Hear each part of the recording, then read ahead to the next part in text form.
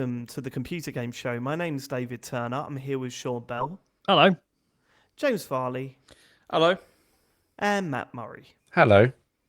We're going to start the show a little bit differently this week. I wanted to pass on some pretty shitty news that we all received this morning, and that was that video game podcast royalty Toz, who was the host of Cranky Gamer UK, sadly passed away last night as we're recording, which was Sunday, the 24th of November.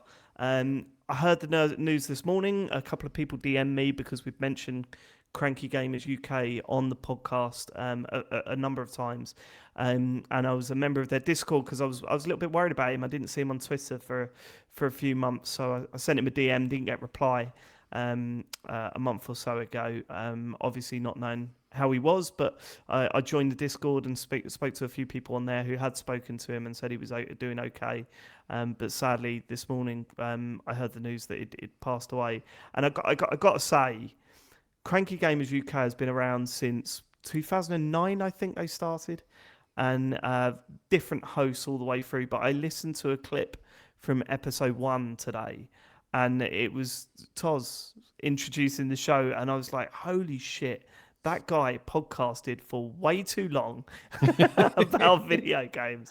And there was just something about him. I could listen to him for hours. He would... 9 times out of 10, the first hour of the show will be him talking about him ordering something and it not arriving, and that was it. Or that his boiler was broken, and that was it. That was and for those of you that don't know the importance of him on this show, we reference him a lot. we mentioned it recently, didn't we? We had a message saying, why do you keep saying holy fuck? And that is literally directly off an episode of Cranky Game. We said it at the time, but it's off an episode of Cranky Gamer where Toz spoke for about 40 minutes, then asked his co-host to talk for a bit, and while his co-host was talking, he was checking his betting app, and a bet had come in. And in the background, you heard him go, holy fuck. There's also, what are the other ones? We said I called Horizon, the Lego Horizon last week. I called it Horizon Dawn. Yeah, Horizon Dawn. Because no matter what Horizon game he was talking about, it'd always be called Horizon Dawn. Right. What's the other? I clicked the fishing. It clicks it, right? Clicks it. Yeah. Well, I'll talk about the fishing thing in a moment. And look, Toz used to use some outdated language. I think it's fair to say, but the guy would call out racism and sexism on his show, and he did seem like a good guy who, you could message him about anything on Twitter, and he would respond, and he'd try and help you out if you needed help with it. Headphones in particular. He was very keen. Oh, he was a big Sound Peats man, wasn't he? He was, yeah. He knows what he's talking about. Until he got. So we got a set of AirPod Pros, and then the Sound Peats went directly. No looking back. Yeah, there was no looking back. I found the guy so entertaining and brilliant to listen to. And we didn't talk about the show too much on this show because I did say this to you guys.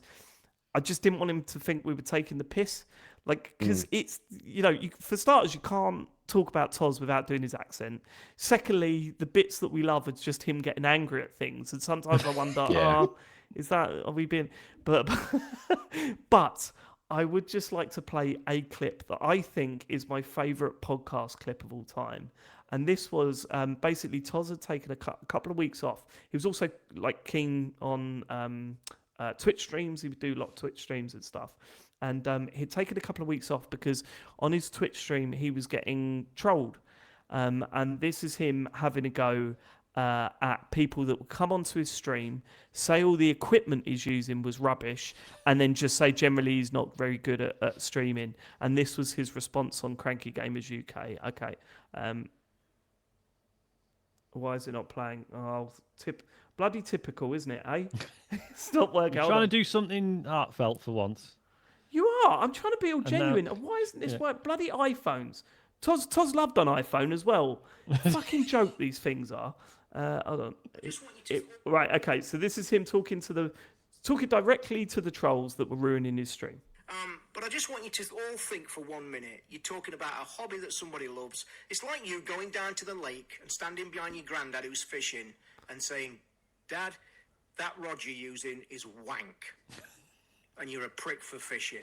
And that was, that is easily my favourite podcast. Like that is my favourite podcast clip of all time. So, Toz, if you're hearing this somehow out there in the universe, thanks for the podcast, and to all his family and close friends, we're thinking of you this week. So take it easy, and thanks for the pods.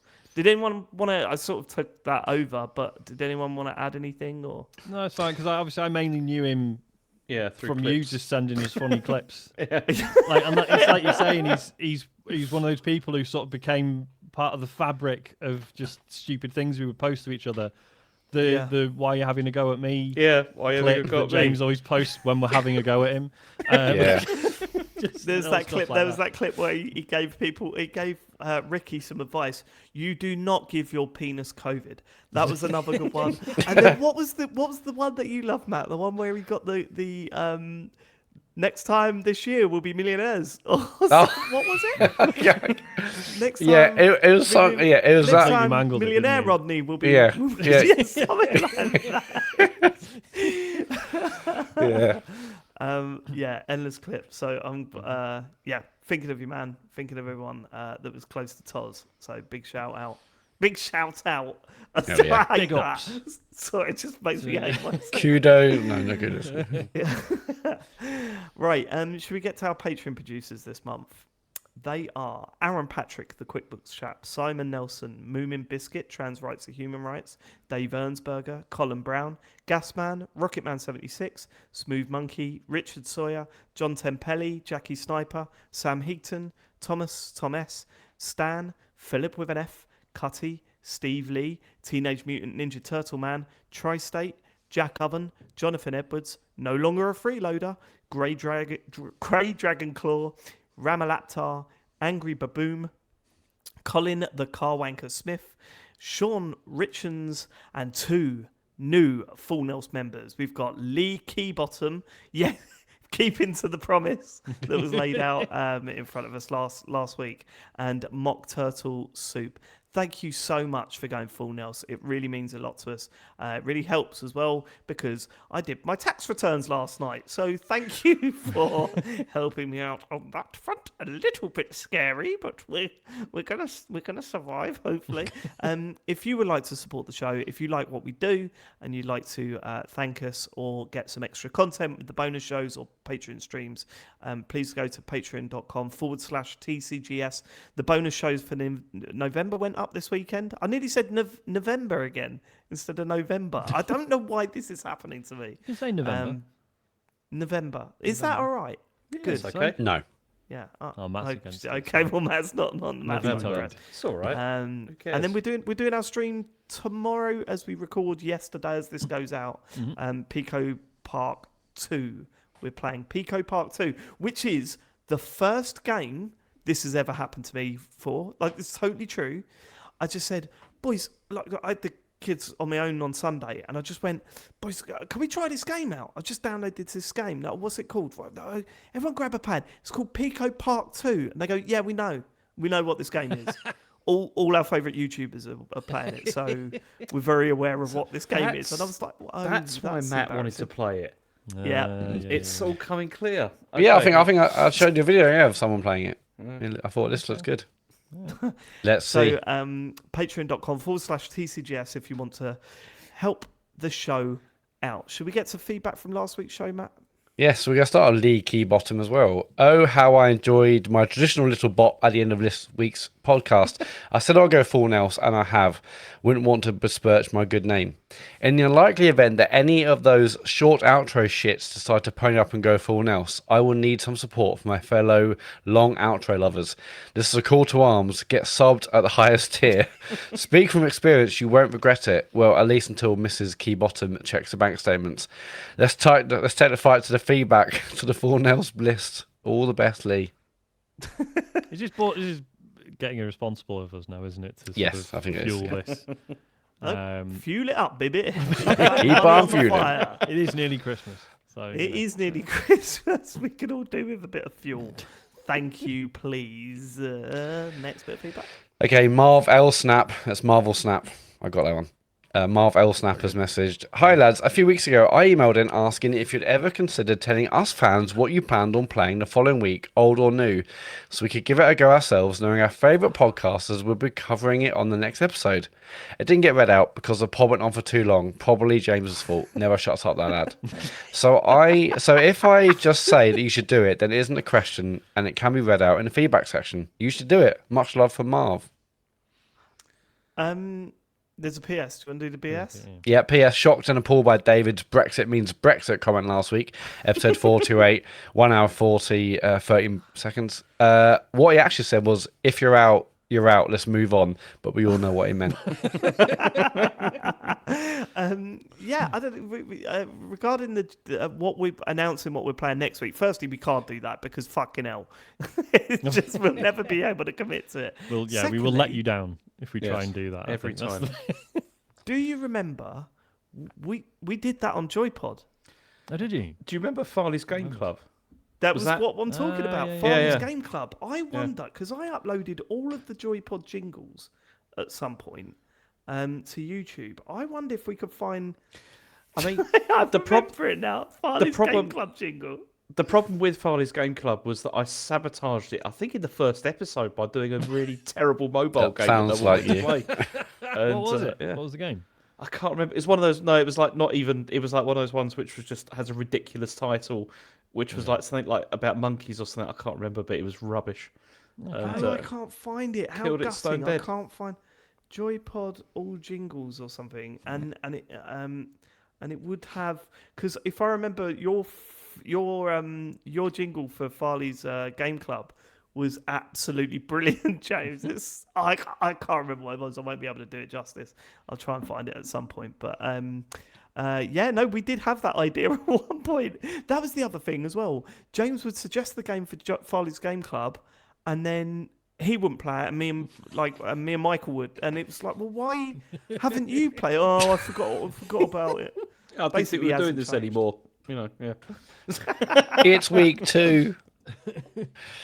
I'll shall tell we you move on? what, I've got some problems with Farley's Fresh Cuts this week because I had a look at the release schedule and it's not looking great. No. I'm thinking of just like loading up Steam and just downloading something randomly like that's out on that day. Yeah, and try Loads that of good instead. stuff on Steam. Yeah. Do it. It's about to do something good on Game Pass, surely. And what makes you think? What makes you think Steam's gonna be any better than Game Pass? Weird comment. I mean, Steam gets loads more games than Game Yeah, Pass I guess, but by a loads more. factor of thousands, I think. All right, shall we move on? Push button, Please, Joe. Sarad, yeah. Hi, the Computer Game Show. Recently, we've had people writing in saying how they found the show, so I thought I'd share. Approximately 450 days ago, I was birthed into the world from a mysterious yellow egg. As I swam in the eggy fluids, mewling for regurgitated worms to fill my tummy, I knew only one thing. I wanted to hear the words of Dr. James Farley, PhD, talking about pervert games. Anyway, I've since taken it upon myself to listen to every episode of the show and document every mistake each of you have made. Rest assured, I will be sharing my results so you can apologise and retract them. In return, I ask that you make the closing song twice as long and play a third slower so that I can more thoroughly enjoy it. Love you from PB Joe. I can't wait to hear this list of mistakes. It's probably what it feels like when when you die and you go to heaven go on. and then they're like, well, hang on a minute. I've Yeah, got it. I've got it's Farley's exactly- Game Club. Oh, he I wasn't knew listening. Dave wanna was hear this? distracted. Yeah, he wasn't listening. Sorry. That's the point. Do you want to hear the Farley's Game Club? No, jingle? no, Do you no. remember that? Actually, after all we've this. all agreed no. You were on the show at this time, Sean. Look Was at I? The, Oh, yeah, yeah, yeah. I'm Look, not- it says Sean on it. Here we go. Ready? When I had hair. No, that was going for gold. Yeah.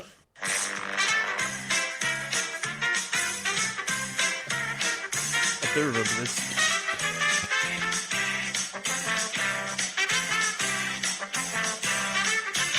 Farley's Game Club. We had some good jingles on that show. It's great 'cause people might listen to this and be like, oh, they sort of talk about young James as if he had loads of energy and Yeah. I've known James since. How old were you when we met, James? So I would have been I would have been. I think I would have been 19. So you would have been about 40? 32. One? No, I was mid-20s, I think, when I met you. You've been like exactly like this the whole time I've known you. You've gotten worse, but you have been like this.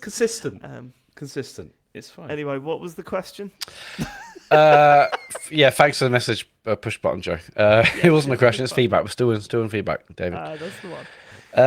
Adam, Can't tell just the difference, Matt. I'll be honest. We've still got several hours of this. yeah. Adam has messaged. Just wanted to help clarify the COD Battle Pass confusion. The basic pass is 1100 COD points, about £9. Or you can spend a bit more and get a bundle with a bunch of tokens to unlock content right away, which sounds like what Sean did. But the fun doesn't end there. A third option is called Black Cell, introduced a couple of years ago, which is a premium version of the Battle Pass and costs about £30. It gives you a load of tokens, COD points, and more importantly, the ability to unlock the premium-looking flame skins that David mentioned. Basically, as 40-year-old gamers, it's all shit you don't need, trust me. Love the show, you guys are the best, and that's the yoke.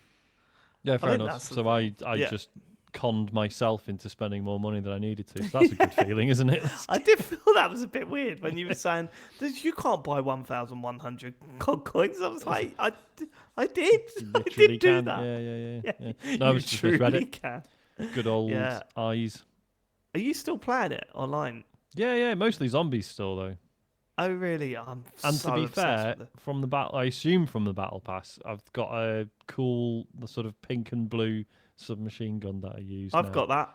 Yeah, I got that one. Yeah, and I've got a little sort of panther made out of like a sort of emerald. No, what is it? Did like a not sapphire attach that. panther. That, I did not attach that. No, cool. No, David. Well, you should because it's very cool. Yeah. It sounds cool. Yeah, it does. That's doesn't very it? cool. Yeah. What video games? No, that's No, skin. cool. For Oh, nerds. okay. Oh, fair enough. Skins are cool, games are rubbish. Neil has messaged, Hi gents, I rarely feel compelled to leave feedback, but David's admission to suffering from a sick feeling of nostalgia for his childhood contentment spoke to me personally. I'm a little older than you lot, 50 plus, and I have to tell you an aching feeling. I'll have to tell you that I am. And I have to tell you an aching feeling. Before you move on, not that much older than James. Don't worry about it. I was going to make a joke and I just didn't when, know when you say you lot, I order. hope you're just referring to me, Sean, and Matt there. Come on, I'm still kind of early 40s. You're not early 40s. Kind of nearly still. Late. Nearly mid 40s. Late 50s. I'm a little older than you lot, 50 plus, and I have to tell you an aching feeling for the good old days gets more pronounced the older you get. My dear dad passed away last year. He was many things, grumpy, intelligent, intolerant, and often hilarious, but a gamer he was not. One of the most precious memories of him goes back to 1982, when he and Mum bought me a Commodore VIC-20. It came with a simple game called Blitz, where you pressed the spacebar to drop bombs from a plane to destroy buildings, which enabled your plan to land. To my delight, Dad and I played this together for an hour on Christmas Day, and this was the first and only time we ever played a computer game together. When Dad passed away, my adult son found me in my office at home, playing Blitz on a VIC-20 emulator with a drink and tears rolling down my face. A memory of a moment in time 40 years ago that may not have seemed like much to Dad, but has remained burned vividly in my memory ever since. My point really is that you all sound like amazing parents to me, and your children are going to have countless moments like mine to look back at fondly when they're older. That oddly sad feeling when they think about their happy childhoods to be embraced and cherished. Thanks for all that you do. I've been a patron for a good while now, so please don't fucking stop anytime soon. Like many have helped me through some tough times. Yours from Neil. Cheers, Thanks, Neil. man. Yeah, really appreciate Yeah, that means that. a lot. And if you don't watch the YouTube version of this show, please go and watch the YouTube version of the show to see that you actually broke through James Farley's thick skin there. You should have seen his little face. Little heart broke, didn't it, James? A little bit. There he goes. Maybe you don't need to watch it, then you could just hear it. No, it is, this is something, it's getting worse. I'll talk about it later, but I played a game a lot this weekend, and it made me just go, oh, why can't we be back here again? The 90s weren't that bad, were they? Better than this. Yeah. Okay, big bad Gary Dooton, UK's #1 Gary, has messaged, "Hi lads, I'm taking a brief hiatus from Fart Watch this week to fulfill my other role as Matt Murray quip spotter. At approximately 1 hour, 30-minute, 33-second mark, Sean Bell, talking about the Lego Horizon game, says, I should acknowledge the Lego Toolneck is sick. To which Matt quipped, oh no. Yeah, This that got quip me went as well on under the playback, radar. yeah. No, Is it worth listening back to? Absolutely not. But that's not what I'm here for. But that's what I'm here for. Add 1 point to the quip counter. Thanks, lads, and get on with it. From Gareth Dutton, Dutton. Yeah, I mean, that one wasn't bad. There was another decent one as well in that show, but Gary, I shouldn't be pointing that out for you. Go back and listen to that pod again and find the other one because I forgot what it was. But you're the now the official Correspondent. quip spotter. Yeah. Leave James alone has messaged. So I assume it is from James. Just wait till you see how much it costs to download a 10-page PDF of an academic journal article. It's a massive problem. Academics just don't see a penny. It's literally just the publishers. It's true. There's another one on this. The one Absolutely after true. as well is on a Oh, go similar on, let's thing. read the next Yeah. one. Thomas Trivet or Trivet. I'm going to say Trivet. Dear sirs, I would like to support Dr. Boomstick in his point about academic books being expensive. James's book is very reasonably priced as far as these things go. I've recently contributed... Come on, James, you've written this one. It is reasonably priced. It's out in paperback, which is definitely more. Yeah, okay, yeah. Hey, you keep saying that. Stop promoting the new version. Okay, I've recently contributed to a chapter for a new edition of Comprehensive Medical Chemistry and wondered how much the whole book would sell for. The answer is about £5,000. I won't be buying a copy. In fact, no one should buy a copy, and I won't see a penny in royalties. In light of the general pricing of academic texts, perhaps you could give James a break on this issue. Fair play for everything else, though. Love y'all. Size 9 boxer briefs. Followed Sean here for Midnight Resistance. Oi, oi. Academics, they just think they're worth more, don't they? That's all it is. It's an arrogant thing. I mean, like, it's an they would arrogant thing. Yeah, it's an arrogant thing, yeah. Go on, they would argue what? What do you No, mean they- they would argue? You're The one pub, of them. the pub. No, I'm talking about. Look, do not equate me with the publishers. It's not fair. It's Right. completely not fair because Equate me! Equate me! Go on. I mean, no, but I mean the publishers are they're trying to make a lot of money off libraries and stuff like that. So Did you that's sign what that deal too. with the publisher? Yeah, do you sign a rubbish deal, James? You Did you need a sign good deal, agent. James? He didn't Well, even that's- look at the small Do you have an print. agent, James? We could be your James, did you agent. sign a deal? Of course I did. I had to sign a contract. Well, Have why you don't you send a contract to us to check Because first? even like I've got a friend right who also Oh, like sure. looked at the contract one and then friend. he actually did have an agent because he used to write like fiction as well. We could be your agent. Right. And then Yeah, the guy said good. to him, "You couldn't get something better from this contract." He went back, and then the publisher just said, "Do you want this published or not?" And then, he just said, Not "Yes, much please." of a negotiator. He said, then. no, I'll go Get somewhere money else for then. writing it? Did you get money for writing it? No, of course not. So what? Why did you do it? What do you mean? Why did I Yeah, do what's it? the Why did I point, do it? James? To propagate knowledge, like around, but no, also Oh, to here we get go. money. Yeah. Knowledge! Behind a £1,500 price point, boy. That's not me. But also to get a job. You don't believe knowledge exists? So you did it for financial gain. You signed a I did contract that with for them. financial gain. You're gatekeeping knowledge. I'm just not. said you And did it actually, since the new ref rules, well, not new because they came out, I think it was 2021. Everything has to be open access now anyway. So you have to be able to provide an open access What the version of a fuck are you paying manuscript. for? Yeah, okay, can I have open access to all your books then, please? Well, no, if you you'd had have to go signed to. with Ladybird, then Yeah. it wouldn't have been that. You You're signed making with bank. They dangled a job in front of your face and you jumped at it like a little dog. Yeah. Yes, sir. Even that was a bit I imagined you was- on all fours and sort of jumping up. I hope the people who wrote in asking us to leave James alone are feeling really good about. Yeah, it's really backfired, isn't it, Thomas Trivet? But it is. You're right though. It is insane how much these things cost. It is ridiculous, but it's the way. It's not you though, James. It's the publisher. For fuck's Exactly. sake. Yeah, Can we do have not some equate feedback, it. please? Yeah. Do not equate with me being a publisher. He's not. I Like. don't get the choice, with this. But you do get the royalties. I You do get royalties, yeah. But Okay. then, you see, this is the other thing. I mean, this is another problem.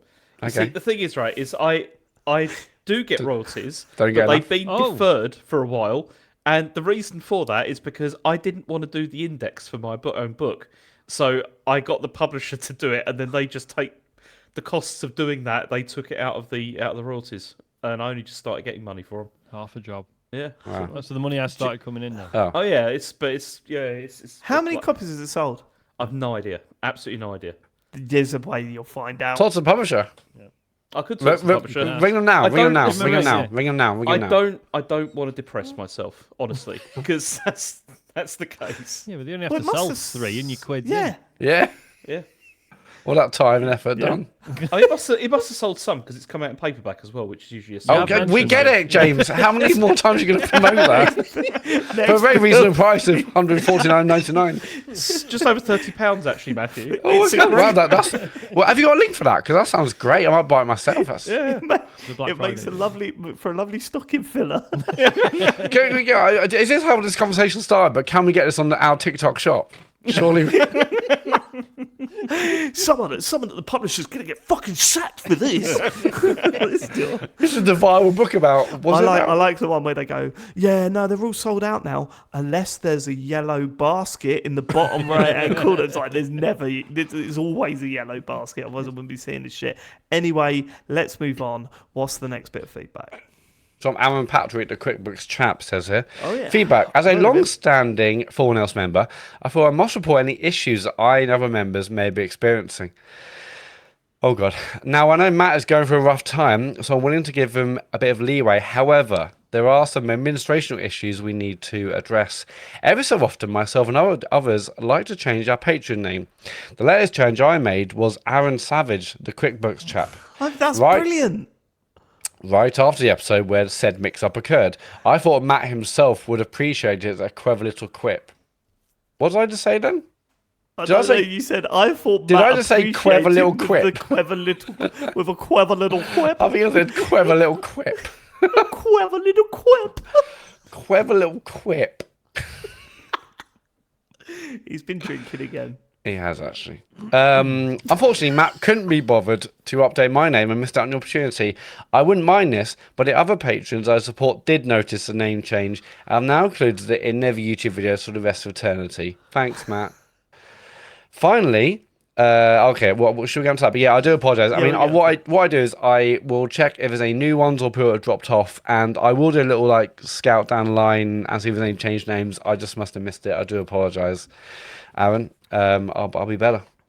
I mean, that's weak. Well, that's all you're getting. What else do you want? We've got a lot going on. Finally, I want to express how I discovered your show. It feels like the right time to write in, as I found you through the Cranky Gamers. Without that show, I never would have discovered you. I remember one episode in which you both played snippets from each other's shows to stir up some friendly rivalry. That's how I found you. It's such a shame he is now gone far too soon. Without a show, I wouldn't have developed an appreciation for podcasts. RIP or RIP to Toz, a great original podcaster, a Derby fan, as cranky as they come. Yeah, I used to love it when Millwall beat Derby because I'd go onto his Twitter feed. I'd go onto his Twitter feed and see him moaning about us. It was great. Cheers, Aaron Patrick. Thanks for that. We they've got a great Discord over there. They're thinking about maybe finding all of the podcasts and archiving them somewhere and doing something, maybe setting up a feed and releasing them and all that sort of stuff. They've got a good community over there, and a fair few of them had said to me in that Discord channel that we found that I started listening to TCGS because of Cranky Gamers. So thanks, yeah. No, thanks for letting us know. Cool. S.T.A.L.K.E.R. Hello, lads. I really enjoyed this show this year, in particular the past semester, where it's helped me unwind after an unusually active university schedule. Could you please wish good luck? Could you please wish me good luck on my 6-hour school exam on Friday the 29th? I've got a lot of material to go over, but I'm doing my best. Keep up the good work, and I hope you get enough time to bake with your family. S.T.A.L.K.E.R, you're going to crush it. It'll be fine. You can smash destroy it. Is that legal? That seems like... I don't know. Yeah. Ask the academic. Yeah, 6-hour exam? My God. Yeah, because you just have I mean, sometimes they split them up into sections, but yeah, that's all right. Yeah, Well, good luck, into S.T.A.L.K.E.R. sections. Not Yeah. as bad as in Korea. In South Korea, I was reading, the other day they have that exam which lasts like literally all day. It's it's really intense. That's annoying. Good luck. And do you know what? If you fuck it up, don't matter, does it? Don't matter. Find something else to do. You'd be Wow. Pick it up, get into podcasting. I would Yes. say You can always land on podcasting. I'll say just try really hard. yes. Just try really hard. You can't. Just try really hard. I would. Try really hard. Right, Duncan Dixon Curry. I must say I was pretty taken aback by Dr. Farley's strong dislike of Assassin's Creed during this week's show. At 1 hour 9 minutes and 15 seconds mark, he can clearly be heard comparing the tool necks in Horizon Zero Dawn to that Assassin's Creed cunt. Probably could have censored that, Matt. Yeah, I pressed the wrong button. Yeah. So you'll do that again, Matt. Yeah, sure, yeah. What's that, James? I mean, don't go on, do it again. Okay, I'll do the whole thing I've got again. the clip if you want to. No, the whole thing. Oh, okay. Well, I'll do this and then we'll do it. Okay, let's start again. Duncan Dixon Curry. I must say, I was pretty taken aback by Dr. Fire's strong dislike of Assassin's Creed during this week's show. At the 1 hour 9 minutes and 15 seconds mark, he can clearly be heard comparing the tool marks in Horizon Zero Dawn to that Assassin's Creed cunt. Care to? Oh, sorry, I forgot it. You also said tall marks. Yeah, okay. Tall mark. We'll do it again. We'll do it again. What's going on with you? No, we're No. leaving I that now. did it. I did it we'll on. just move on. I did it on It's fine. purpose. I did it on purpose. Okay. I don't believe you. Assassin's Creed. No. Okay. Care to explain yourself, James, and not with a Matt Murray "I got cut off mid-sentence" excuse. We have all heard that one before.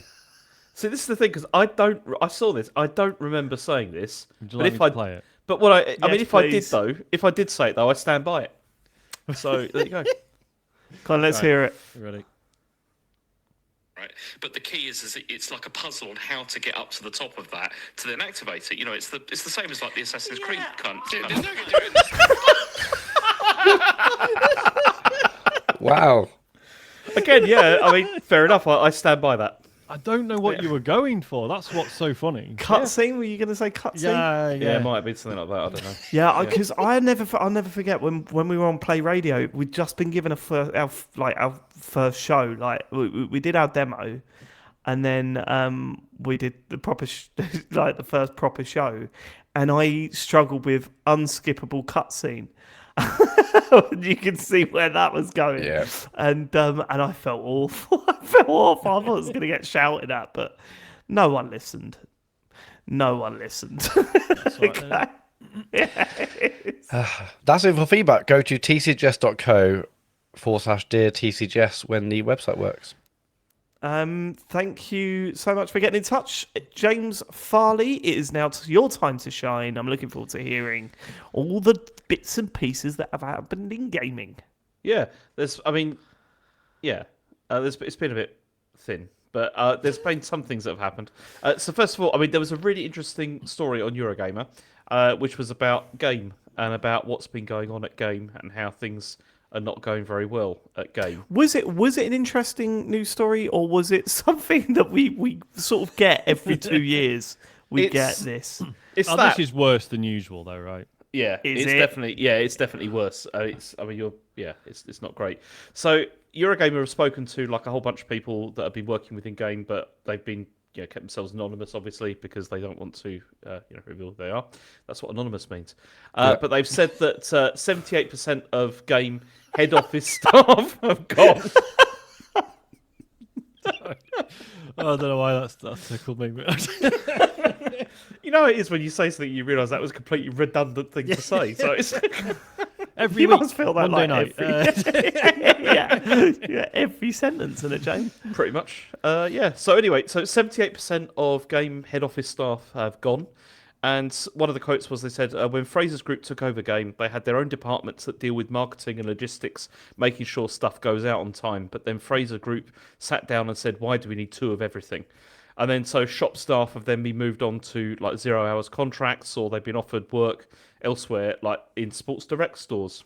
So people have been said go and sell some trainers and stuff like in Sports Direct. And then one of the quotes they said they made area managers redundant, eliminating some very loyal staff members up to 20 years with the company in some cases. This means store managers now talk to and are managed by someone in head office, the same head office which also had redundancies and has been reduced significantly. And they said on the shop floor, they're like Game are looking at, Fraser's Group are looking at redundancies, a way to keep games like wage bill down further because they really care about Sports Direct. That's like their sort of main focus, and they're just trying to offload, people from there. And I mean, the final quote I've got, they said, "It appears on the surface to all of us that yes, whoever is in the game head office now does not understand what a game specialist is. The last delivery we had at our store, there was no new releases, no games, no accessories. Instead, we received 136 Zendaya action figures," which is, I mean, that's odd. And because they said also one of the other big problems here is that people are pre-ordering stuff. They're going into game, to pick up their pre-order, and they haven't got the stock. So the people are like, "What? I've paid, like I've put down money for this, and you haven't got it." And then they walk out with nothing. It's bizarre, what's going on here. It just feels like it seems like Fraser's Group are just sort of running the whole thing down. Well, this is it, yeah. Because Dave said we've been here before. Yeah, but usually that was game sort of falling apart, whereas this feels like it being actively dismantled, right? Yeah. Are you surprised though? Because like the way I look at it, I just kind of think, I don't know anyone that goes to a shop to buy a video game anymore. Genuinely, I don't know. Well, because the options are mostly not there. Yeah, I think. I mean, this is bizarre. Sorry? Well, you think it's because they're not? Well, because the option mostly isn't even there on the high street. It's people are now used to buying it online. I don't think people did it when it was an option. I think it was starting Well, to of course, die then. like Electronics BT, Game Station, Game in their heyday, they were massive. But yeah, but that was that was 20 years ago, brother. Yeah, okay. Well, but I'm saying like generally games have disappeared from the high street, and so people aren't. I think they're going so you're online. saying if game was on the high street, if this stuff was on the high street, people would be more likely games retail in general was in healthier position. People would be a bit more used to, it's Friday, I'll go and get the game in town. But now we where can I even get a game? Oh, is game even open? Is it in Sports Direct? Is there Sports Direct anymore? Where's people like, sod it, I'll just buy it online. No, I don't think that's how it works, Matt. Also, I it's think just easier the to buy other way. online. Because I think if the audience or if the custom was there, these places wouldn't have left the high street. I don't think the custom was there. I think people got used to ordering games online because they didn't want to go into a shop and purchase it. Yeah. Obviously, shopping habits in general have changed, and they moving to were online. slightly cheaper online than they were in the shops at the time, and also digital distribution took over. Buying stuff digitally. It was really the advent of do you remember there was play.com and stuff like that, where you could buy stuff from because it was coming from Jersey, so it was cheaper, than it was in the high street. They were good times. 1 DVDs, mate. Yeah. What an era. yeah. Until that tax loophole was closed. That was an excellent website, that was. Yeah. It was very good. I don't agree that it's the reason this has happened is because there's nothing on the high street. No, I don't believe the whole reason, but I think that's part of it. Because I think we've said this in recent months when we talk about game. I'm like, okay, if it's Friday and our game's out, where in town can I get it? But no one does that. But I always think, game's out, I'll have a look what's out. I mean, even though I could just go you would have online. already have pre-ordered it from a website. Yeah, I'm sure. If I really desperately wanted it, I would have just bought it digitally. But I still this thing's out. I'll go in town and have a look. But it's like, even I'm not even sure where the stores are because there really aren't any. Matt, and that's why I love that feeling, and I love that period when we were doing it. But that period died a long time before High Street's gaming shop did. When the supermarket started overtaking the high street game shops, that was like the beginning of the end for that specialist shop, right? Like people were just going and picking up games. The people that would go to Game or Game Station to pick up consoles for their kids were now doing it with their sort of weekly shop. So that was a big hit. And then eventually they went away because the core audience, they didn't want to buy games from game shops anymore. They wanted to get them also cheaper, earlier, better selection online. But yeah, the supermarkets are a good sort of barometer of this as well, because then you also get the fact that supermarkets aren't selling games anymore. No, they stopped. It used to be aisles of the shit, and it's just not there anymore. Yeah, it's crazy. And I don't like it. I prefer the old way. I'm with you, Matt. I used to love that feeling of I'm going out my lunch break. I'm going to get that game. Walking in and do. I love that stuff. It's gone. And that takes us back to some of the feedback we've been talking about. Yeah, Smiths is the only one I can really think of as consistently. Yeah, if you've got Smiths in town, they'll have the game. But I wish someone had found a way to do something that was partly a game shop, but was more of a destination in its own right. Have you ever watched Lagging on CBBC? Isaac's well into it at the moment. It's No. it's a kids show, but they're all obsessed with games, and it's actually pretty funny. And like they all hang out at this shop called the Respawn Point, right? And it's this place they all go and they hang out. And it's like there's a game, like a computer games bit, and then there's a bit where people do role playing, and then there's some like consoles set up with Fortnite on it, and then there's a cafe and all that shit. And you think like, God, I would have fucking killed to have something like that when I was a teenager. But I Yeah, don't we know would if have been this booted room- out pretty quickly. Do you know what I mean? So, and I'm not saying, I don't even know if that would work. Presumably, if something like that was viable, someone would have tried it, and and no one, as far as I'm aware, no one has. Like, obviously we get places like Arcade Club and stuff, which seem to be doing well, but they're not shops. No. I don't know. It just feels like board game places exist, right? There are like in the town near me. There's an independent board game shop that seems to do really well. And you just sort of think, like, why is there not a video game version of that? I mean, sure, you can't download a board game. No, that's true. That's the problem. You can order it online, though. In fact, you can. Sorry to be annoying. You can download some board games and just get them in PDF format and then print them out. But Wouldn't download a car. Yeah. Or bread. fucking Well, would. maybe indie game shops will come back at some point. Maybe we Maybe. But then indie game shops died a death long before game did, right? They were always. And, Yeah. I don't Still- know if that was just the way the market worked. I always remember, like, any indie shop I went into, I was just like, why is everything so fucking expensive? This is mad. And they Because the would rent only in get town by is by, a like- nightmare. Yeah, and they'd Going back to what Matt said, could you imagine meeting someone and saying, "Oh, I'm into video games. Oh yeah, you're getting what's going on? Hold on. Oh, you're right. Can we put a timestamp in? We can indeed. I think 41, I'm all right. 41, that's easy to remember. What's happening? Yeah, okay, I'm all right. I'm all right. My wave, Either way. my sound waves weren't coming up anymore. So I just cut that. No worries. Go back to Matt's point though. If you met someone for the first time and they went, "Oh, you into gaming?" I'm like, "Yeah." I mean, I love gaming. You think, "Oh, are they, a casual gamer? What sort of games?" They go, "Oh no, I'm really into Souls games from Soft. I love all that stuff, and I'm a big Life is Strange fan. All the games that you like, they like." And you're like, "Shit, I'm connected to you. This is great. So I'm working with you now. This is brilliant. We can talk about games and stuff like that." And then you go, "Oh, are you getting this game on Friday?"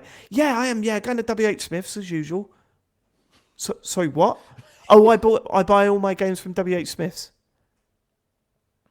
Why? Why? Oh, because it's just what I like. Club games card points. Club card points. Because when I buy it from WH Smith's, I get 25% off a chocolate bar at the cash. Right. Okay. I'm gonna go now. You would not be friends with them, Matt, and you know it. No, I wouldn't know. But if they said they only bought it from Sports Direct, then I'll be like, I'm there. with their massive mug, their massive 2-pint mug for tea. And get your Lonsdale polo shirt. Yeah, all Love that. that. I go down the Bag for life. kiosk every week. See what they got. Sad. Anyway, yeah, goodbye game. That's game. Yeah. Again. Goodbye, game. What do you reckon? This time next year, not going to be around? Well, We've been saying it for 20 years. Yeah, I It's don't know. still- At this point, I'm not sure they'll ever die. Well, Yeah. they got a console launch next year, haven't they, with the Switch 2 probably? So maybe they'll get buoyed a bit by that. Yeah, maybe. Hang on another year. We'll see. maybe. It's just on repeat. This whole conversation's just on repeat on the show every 2 years. But this sounds worse because I mean, like, one of the other quotes was, "My store got 5 copies of COD, one of the biggest launches of the year. How can you make money on 5 copies?" And it's like that's Sell 'em. crazy. Sell them for £60. You're saving £500 each. Speak to they need your publisher, James. That's all they need. All right. Okay, next story is that cloud streaming has come to the PS Portal via PlayStation Plus. So this is a select number of titles because they say it's in beta, but then I'm sure this is what this is going to be forever probably now. And there's like I don't agree. You don't think so? You don't think that No, was and found? I'll tell you why. I'll tell you why in a minute. Yeah. Okay, so there's over 120 PS5 games that you can play through it. It streams up to 1080p, 60 frames per second, but it's only, as I said, it's only limited to PS5 games at the moment, and also like game trials, streaming your own games and other stuff like that doesn't work. But yeah, that's. I out don't now. think it is limited to just PS5 games. Is that what it says? That's what it said on the thing, but that. Oh, maybe they re-released an old game because I have seen old games on there. Yeah, they've done that with like there's a bunch of PS2 games which right. are actually, Okay. Yeah, because Mr. Mosquito's on it. That's it. Mr. Yeah. Mosquito's on it. But you're like saying Ape that runs Escape. on a PS5. Yeah, like Ape Escape and all those sorts of Right, things. right, They're like, okay. yeah, they've been like remastered or well, not remastered, they've been recoded whatever to work on PS5. Okay. There's a few things about this. Firstly, I was absolutely proud of us because what was great is that when they announced this PS Portal, all of us said, without flinching, they'll add streaming. Don't worry, they'll have streaming. From day one, we were saying it'll come in an update. We'll have streaming. It'll come. Don't worry. And when they announced it, I was like, we fucking called this. We didn't. And I know a lot of people were saying it, but there was no like, oh, will they? Won't they? For us, it's like it's going to happen. It's going to happen. When it was announced, I was like, fucking yes. The reason why why I do think it's going to change, James, is because the way it's set up is not how I expected it. So have you used it yet, James? I have, yeah. I tried it over the Yeah. weekend. So it's not on by default. And No, you have to go to if you settings. don't know the news, you will not know that this has been added to your PS. If you're not like into your video games, you've got a Portal, you'll turn it on, you'll have no idea that it's got this whole new functionality to it. It's hidden away in a menu. Like usually it would launch into your PS5. Like you wouldn't even see a menu, but you have to physically open up a menu within the software that runs on the PS Portal, sorry, and then activate beta mode to let you have access to these streaming And then things. you have to re-sign in again as well, you have You have to do re-sign in again. Yeah, Yeah. it's like it's wild, right? They're putting hurdles there because they are worried that loads of people are going to use this for streaming games now, and that's going to have a huge impact on the servers because we've heard in the past that actually only 4,000 games can be played or something in the UK at any one time, right? So clearly they are really scaling this back and they're limiting it to see how much interest is there, to see how much extra server space or whatever. I'm not a technical guy. I don't know if you've noticed. I'm not a technical guy, but any server space that they need to add is like they're sort of building it up. So no, I don't think this is where it starts and ends, to be honest with you. I think this is going to be a service that they might be. They will sell a fuck ton of these if this works out well, because I'll tell you something, it's brilliant. I've been using it this week. It's fucking excellent. I don't have to worry about my connection to my PS5, even though thankfully now it's just like it's completely flawless anyway. But this is more likely to work when I'm out and about with relatively shit internet connections than it would be if I'm remoting into my PS5, and that's a huge deal. It's a big deal. Well, how's that the case, though? Sorry, James. I mean that's super useful. Like the fact that you can log into it from anywhere, which is helpful without having to have your PS5 on. But the other thing that we found, like in my house, is Asher often wants to play on the PS5.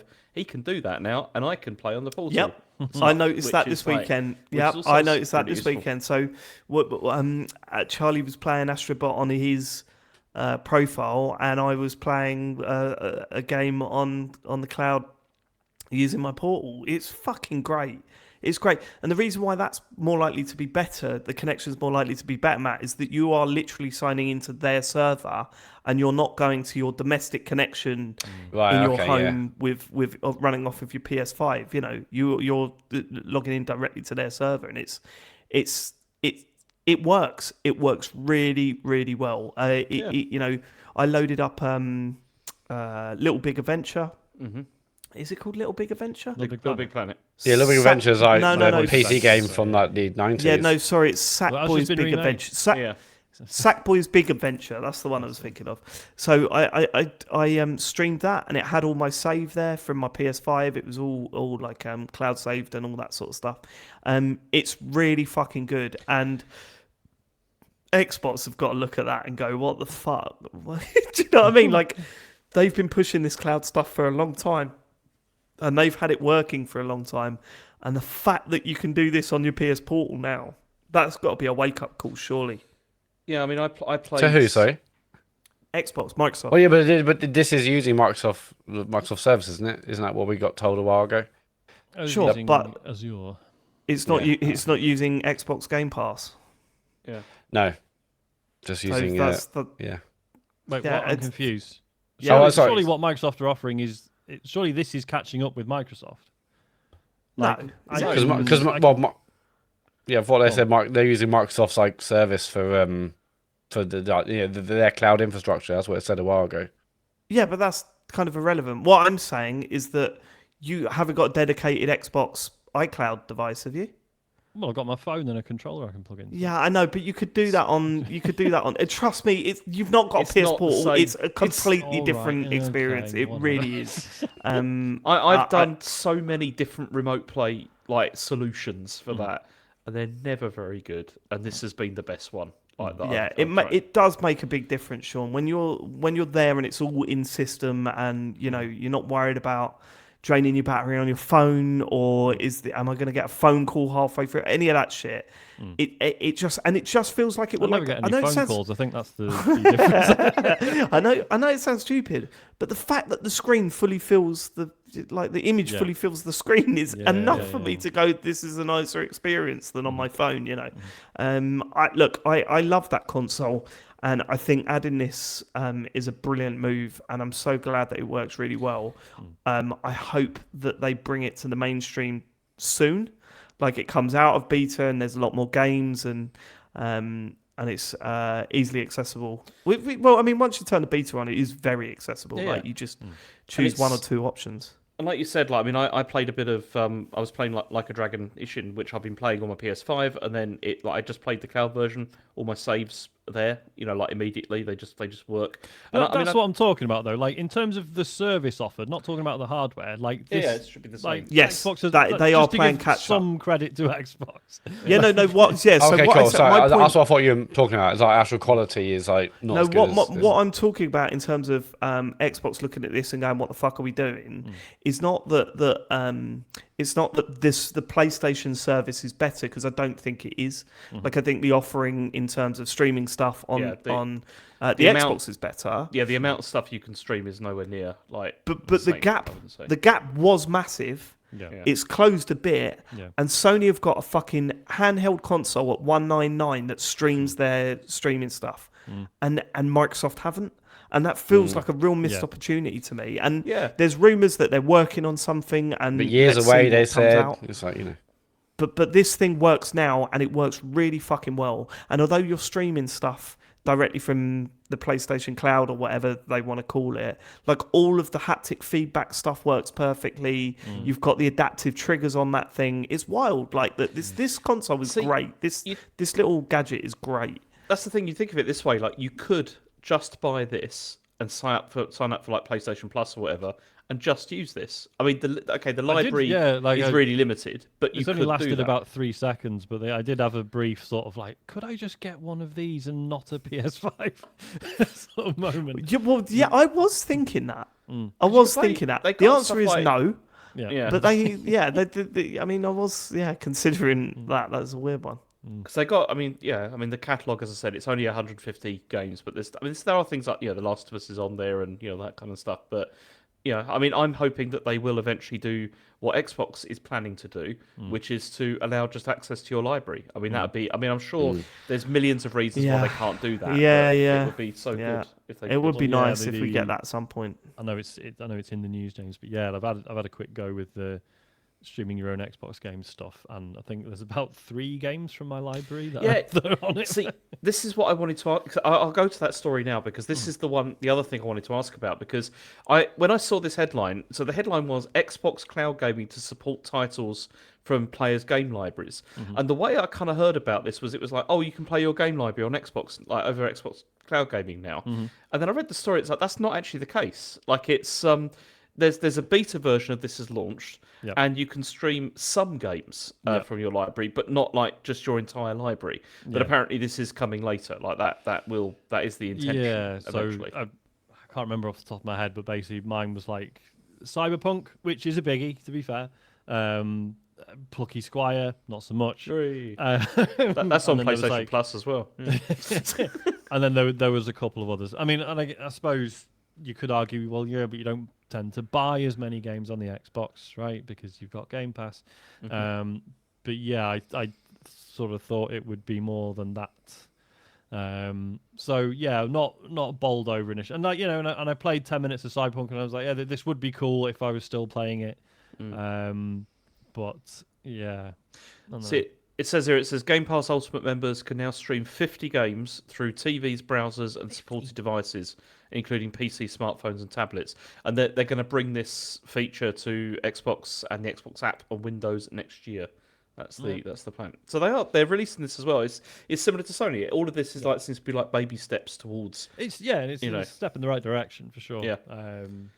Not blown away by the selection just yet. I'd be interested to know what I would jump at for like a like a Xbox Game Pass console. What would I stump up for that? Probably no more than what I did for the PlayStation one.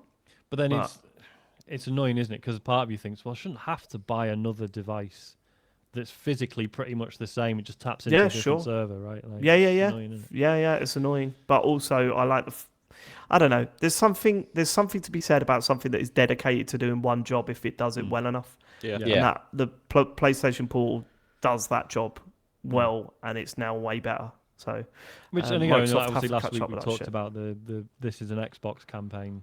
And it's like, yeah, these things are all Xboxes in inverted commas, but in sort of various compromised ways. Exactly. Yeah.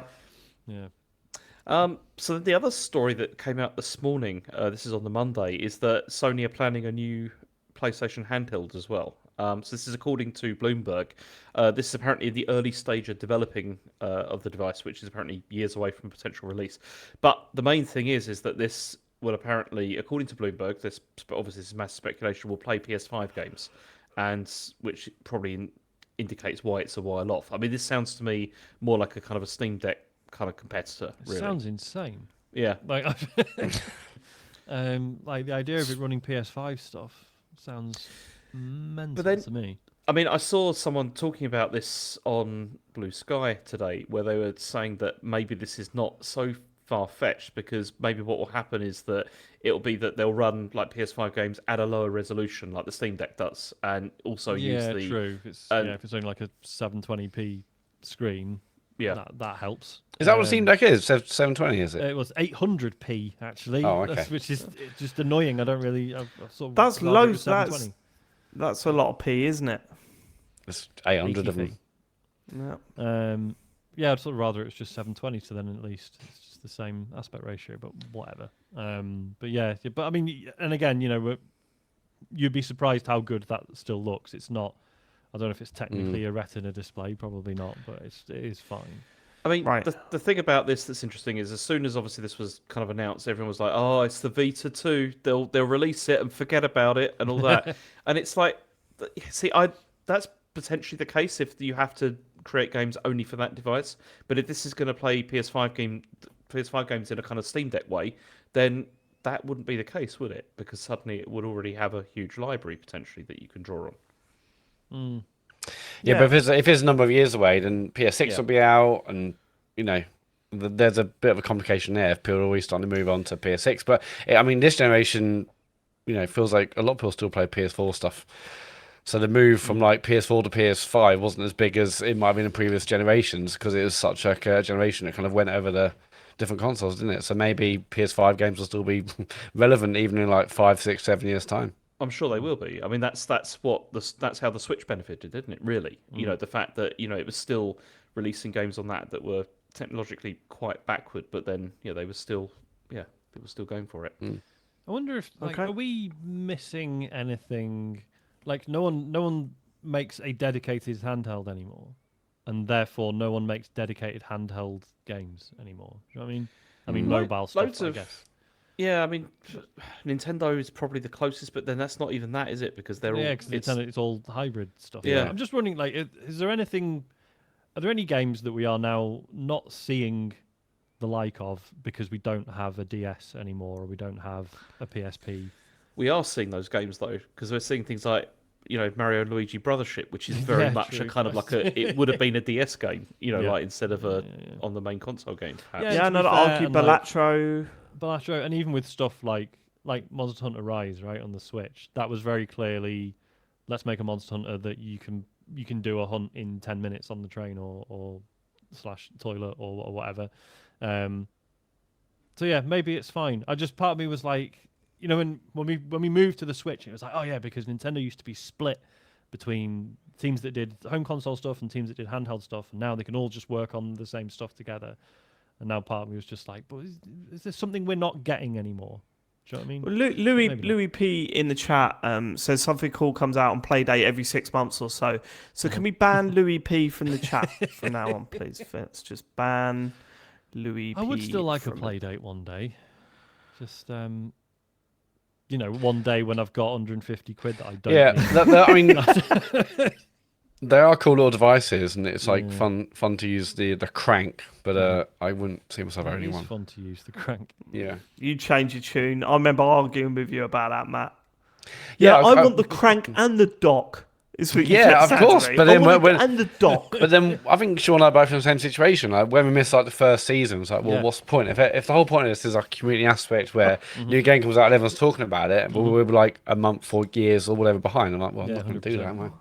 Well, and the dock actually. The dock looked great. Did the dock ever come out? I wonder. Did it get delayed or something? I can't remember. Yeah, something happened with it, I think. Anyway, I liked my Vita for indie games. Obviously, and Sony dropped it, but I still loved it. You know? Well, there was a whole... Yeah, because I remember, you know, when we were sort of 12 months into the Switch, which was becoming a bit of an indie darling at the time, and I remember booting up the Vita. I mean, like, it's got all the Switch indie games on it, usually for about $5 or less each. Yeah. Yeah. Also, that was a beautiful console as well, the Vita. It was. It looked so nice. Still is. Nice screen. Yeah, especially because it was OLED, wasn't it? The first run through. Yeah. Yeah. It's very good. All right. Anyway. All right. Last story is that FromSoftware parent Kadokawa have confirmed that Sony have sent a letter of intent to acquire them. So this is another horrible acquisition thing, which is where so Kadokawa obviously they have FromSoftware. They also own it's Dwango, which is like a Japanese telecoms and media company who then owns Spike Chunsoft and which is like Dragon Ball. I was going to say, I've seen people saying this is probably as likely to be about like anime stuff as it is FromSoft, right? But still, But all the headlines Is have that been how FromSoftware. business is obviously. done? A letter of intent means something different in my We're world. going to buy you. It means that we are definitely doing this, and this is to prove that, you know, it's a legal document. But this sounds like it's a letter that comes through as well. We want you. We want you. Shall I read what it says? Watch out, mate. It's getting fucking bored. Yeah. See this finger in this envelope? That's someone from Bungie. Go on. So Kadokawa said this. They said the company, this is Kadokawa, has received an initial letter of intent to acquire the company's shares, but no decision has been made at this time. If there are any facts that should be announced in the future, we will make an announcement in a timely and also appropriate manner. So not like we weird quote. Yeah, it is a bit odd. Weird quote. Don't ask us. We'll tell you what we're doing next, all right? Don't even ask us. It's rubbish, though. We isn't it? won't Don't look at ask us. Don't look at us. Don't look at us. We'll do what we want. I know, like, money's made up and everything, but you know, It's not, Sean. It's not. We believe that when we were 5. It's real. Yeah, it's actual it's real. real It's real money. things that you have to get. But then it's like, Yeah, I went on holiday last year and I had 25 euros in my hand. but like, just because this has been in the news, Kadokawa's share price shot up. Yeah. And you're just like, but nothing's happened yet. Yeah, I know. Yeah. A letter of intent happened, Sean. Something serious did happen. Yeah. And they're going to announce something in a timely and appropriate manner. They Yeah. certainly are. On their like own that. time. Can the episode title be "Money is Made Up"? Please. It is. Well, it's also acid to friendship, isn't it? Yeah. It's also acid to friendship. No, I just love that. It's just an economist listening to, you know, money's made up, right? And like, we're all supposed to go, yes, go on.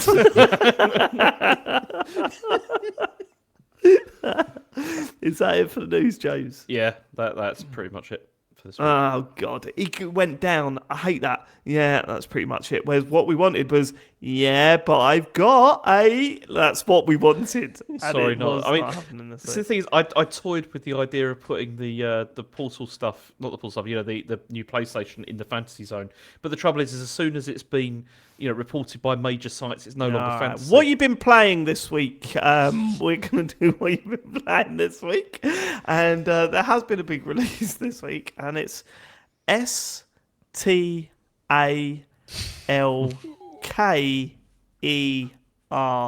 to Heart of Chernobyl Fall Off. That I'm was not rising about to it. I'm not rising 8 to it. references all delivered in one tiny little. I was hoping you enjoy were going to that. do that. Yeah. Love how much it winds him up. James, Matt, you've been playing this. Did your notebook fall off? Not yet. No. Right, good. Yeah, much have so you played, Tug. Matt? Had a good tug. I've only played like about 90 minutes. So maybe about the same as you done stream. Yeah, I knew I only played for like just over an hour, and then I got really bored and stopped playing it. I mean, it's wicked. I've heard Good so then. much mixed things about did this. you? Oh, it's just funny. Well, because in a way, this was always going to happen, right? Yeah. Because this is what the Stalker games have always done.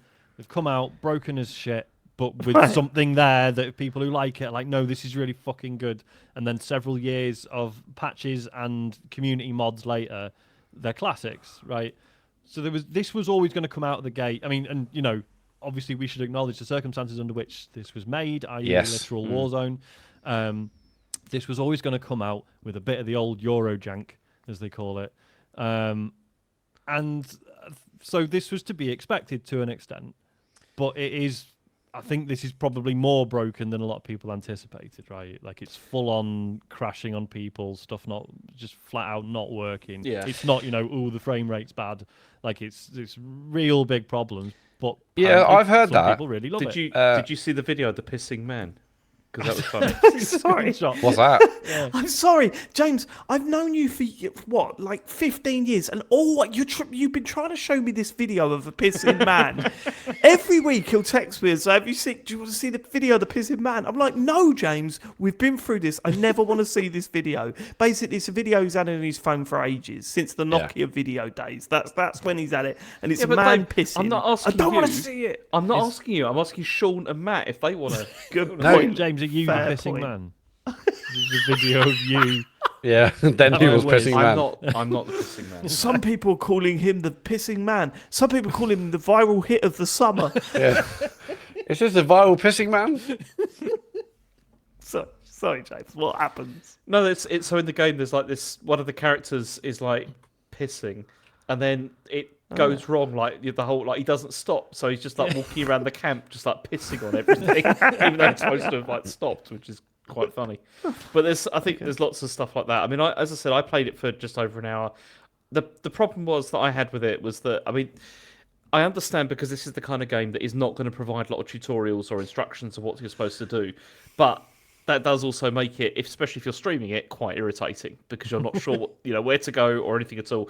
The opening section is complete, almost on my setup. I couldn't see anything for like large sections of. Oh, because it was that. too dark. Yeah, it's far too dark. Oh yeah, even with the light on, it's not really light enough. Yeah. Yeah, it's pretty dark. Yeah. Which is like, I don't know why you would open a game like that. Where it's like I can't see what I'm doing. I'm being attacked by actual invisible enemies, as well, which also doesn't help. I mean, I died like about 12 times in a row on one enemy, which was really irritating. James, was it the bit where you've got the scanner in your hand, and you go to the bog section, and it's looks like a prune or date you pick up, and then an invisible enemy comes and attacks you, and there's no real way I could see like how I was supposed to. So I just ran. After dying 8 times, I just ran. I just ran away as well because I unloaded like 2 clips into it at one point, didn't die, and so then it was just, and then also I bumped the difficulty down as well to like easy because I was like, this is ridiculous. And then after that there was another section where the bit where you have to put like that sensor thing in the ground, and then I just sort of walked away from it and then just randomly died, and there's a lot of things like that happen. Did you run into radiation, James? No, it wasn't making the noise at that point. Oh, okay, It was, Should we explain the settings? Because I think this will probably get a lot of new players because A, it's been quite a high-profile release. B, it's on Game Pass, which is probably going to help. So historically, quite a famous but relatively niche series. My understanding is it is basically. So it's obviously it's set in Chernobyl and the area around it, what they call it, the exclusion zone or It's whatever. the zone, yeah. But it's zone. and it's basically the radiation has caused all sorts of weird and wonderful things to occur. So yeah, it is very much like it's first person shooter, but you are walking around sort of constantly being like, oh, here's something I can't really perceive properly that's now happening to me, and it's like there's just stuff you do not understand kicking off. And yeah, to the point that you die. Yeah, I mean, I was interested in this like years ago when I heard about it, but I didn't have a PC at the time, so I've always been quite looking forward to the fact this was coming to Game Pass, coming to Xbox. I haven't actually had a lot of issues at all. I read or listened to a review of that where they also, and in fact, most of the reviews complain about the bugs and the issues and stuff. I played after like, the huge day one patch, and it's been largely fine for me. I mean. Okay. A little bit of hitches here and there, but and I'm only like 2 hours in, so maybe it's worse later on. But yeah, I've not had a huge broken mess. I haven't had loads of bugs, but again, I played after that day one patch where all the reviews were done pre-day one patch. I do wonder also whether because presumably you're playing it on Series X, yeah. Yeah. So I'm playing it on Series S, and it really feels quite janky to me, Right, like frame rate and all that kind of stuff. And it feels, I mean, the game to me feels like kind of like a less polished version of Fallout, like as you're walking around, which is kind of mad when you think about it. And yeah, I don't know. It reminded me a lot of PUBG, but maybe because you go to loads of these like little shacks, which are like brown like shacks in various states of ruin. You go in there, like searching all the areas. It felt quite old or original PUBG days. On my stream I said that at one point where I was like, this looks like PUBG because it really did. Is it? Because I've heard people saying like there's a lot of just walking into buildings and just being like, right, it's a tin of beans, okay, next building. Yeah, oh, it's search. It's a lot of that. Yeah. Well, I don't mind that. I think atmosphere-wise, it's really atmospheric. And I was also a bit frustrated in the first hour and a half, 2 hours. Okay, well.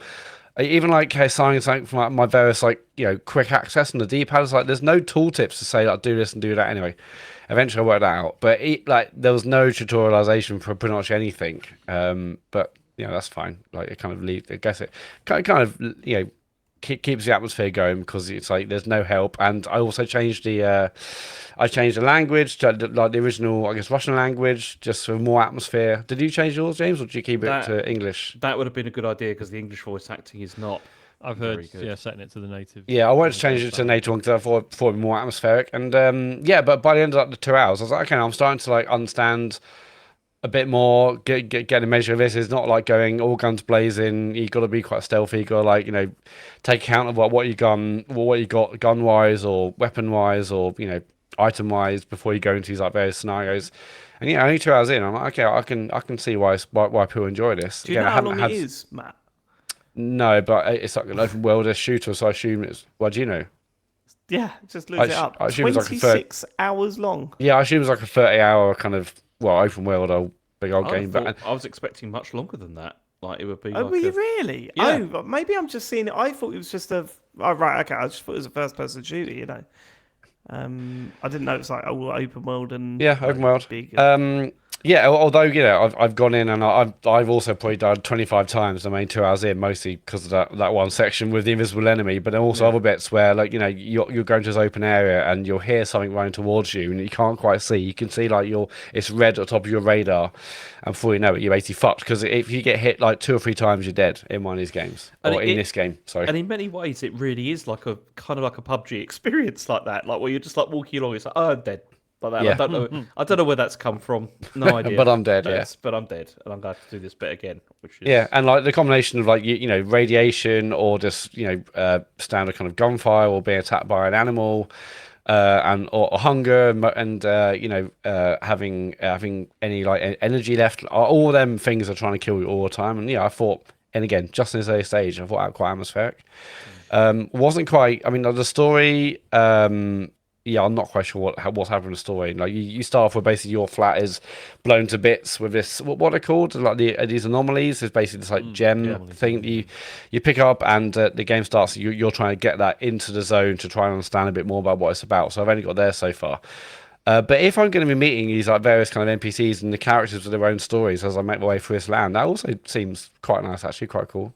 Mm-hmm. See, again, I mean, I'm sure that this is probably going to be good ultimately. Like the amount of time after, like you said, Sean, like after they patch it a lot, after there's sort of more work done to it, and I can see that there is obviously something there. It's just that I just felt like the first hour was not very interesting. I think was the problem. But then give it more time, probably there is something that's worth digging into.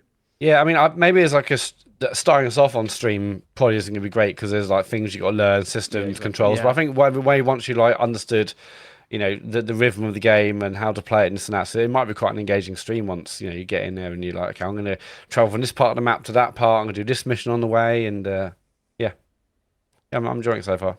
But yeah, it's nowhere as broken as I heard it would be. But that's just me. At least that's a good sign, at least, isn't it? And just hopefully it continues to improve. Okay, what do we want to go next? Let's go to stick with Matt. The Rise of the Golden Idol. Now this, can I just write? Like I'm confused. The Golden Idol was a game that came out. I thought it was this year, but it was last year, was it? Might have been longer ago than that. Yeah, it was a couple of years ago. I just played it a little bit late because it came to Game Pass. Oh, I see. Okay, that was the case of the Golden Idol. the case of the Golden Idol. No, you're thinking about the game that was made by Campo Santo that got shut down. That got canned. Yeah. This is from the people who made. Oh, what game has this person done? Call of Duty Black Ops 6. That's the one. No, I don't know. I thought it was someone else actually. But anyway, it's by Color Grey Games. I thought the. Oh no, sorry. It's just I've heard so many references to Obra Dinn. I was getting confused with the creator of that. Anyway, no. So this is a detective game. I didn't play for all of the Case of the Golden Idol before, but what I did play, made it halfway. I loved. I just stopped playing something else. This game came out and. It reviewed pretty well, and I was up for something new. But this is the first game I've actually played via Netflix games, and I just haven't bothered before. Because last time there was a game. Last time there was a game that was out on Netflix games. I'm like, I'll get more use out of it if I actually had it on my Switch.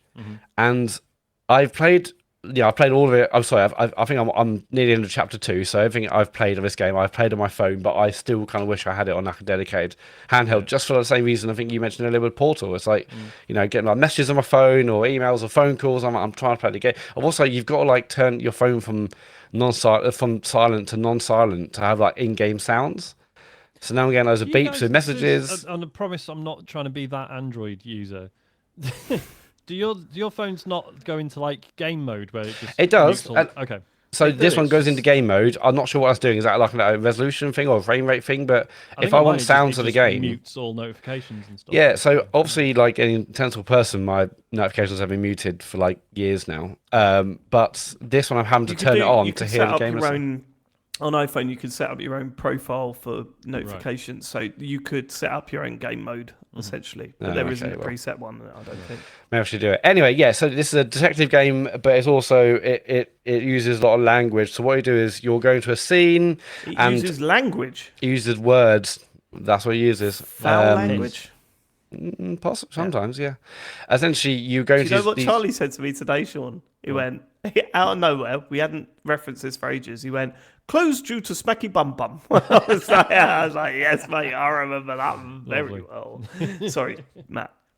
Yeah, so you're going to see these scenes, and they're just like a snapshot in time, and maybe there'll just be like one scene, or maybe you can go, up and down to other areas of the same location, but say it's just one, and you'll see lots of people in that scene, you see items, and as you click on people, they may be holding a letter, and that letter might appear names or might have a name badge with their name on, and every name you basically collect, or every item you see, every bit of information you see, that often goes into a big old list of names, of items, of anything really. And then you have, for each scene, you have this large a bit of text with loads of words missing, and it's your job ultimately to like try and find the right words, to put them in the right order, to complete this description of what happened in the scene. But for each of these scenes, there's also other things, like you may have to try and find the names of all the people in the scene. That's like a bonus kind of optional objective. You might have another one where one of the only ones. You're in a prison, and it's got a map of the prison. You have to determine who's in which bunk or who's in which kind of like prison cell.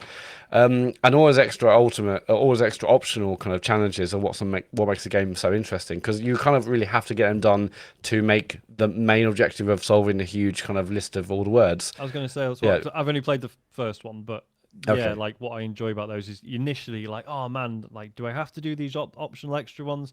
But then after you've done a couple, you're like, oh no, they're really helpful. That's like they're fun to do in their own right. And then you're like, right, shit. Now that I know the names of everyone at this dinner table, that makes other stuff way easier. Yeah, way easier. Yeah. Like so, the previous one, it was like it was set in. So I think it's saying like in the olden times. That's all I do know. And I think it was 89, and now it's like 1970s. So I mean, maybe some of the charm has slightly been lost by being a bit more modern, but like the writing is still funny, the scenario is still interesting.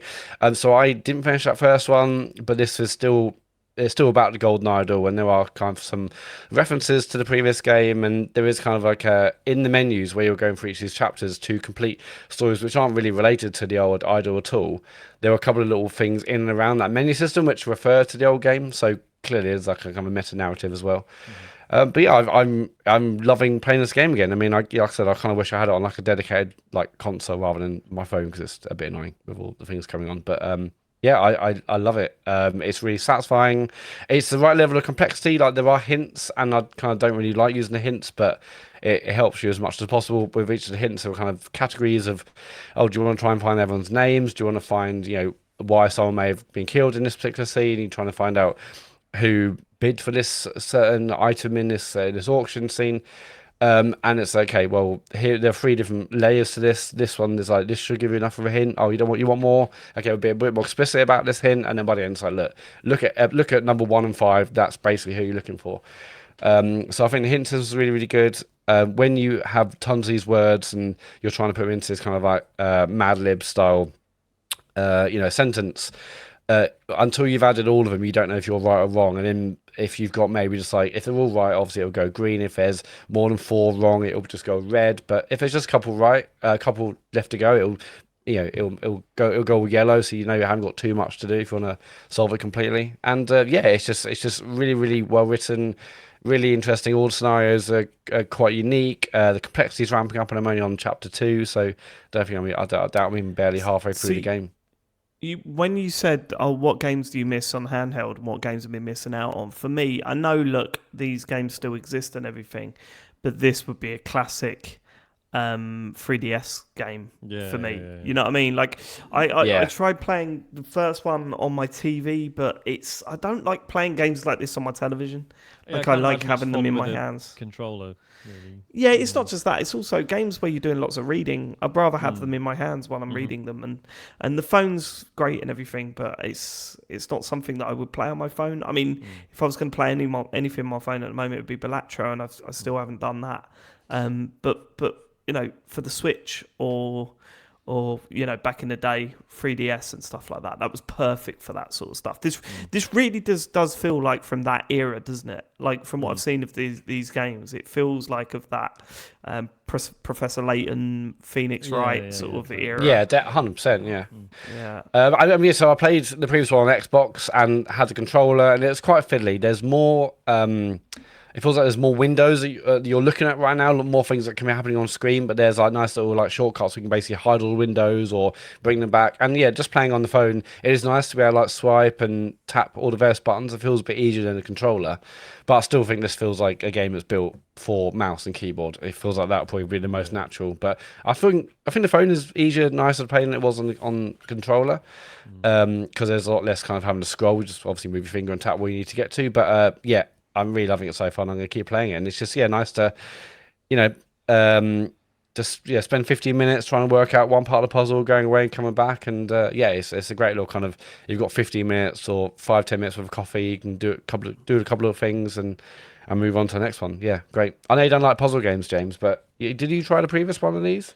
No, I've never played any of these. This feels less like a puzzle game to me. Like, based on what I've played of it and what I've seen and stuff, it's not necessarily a puzzle game, but more of a sort of detective game. Yeah, it's like the detective point and click.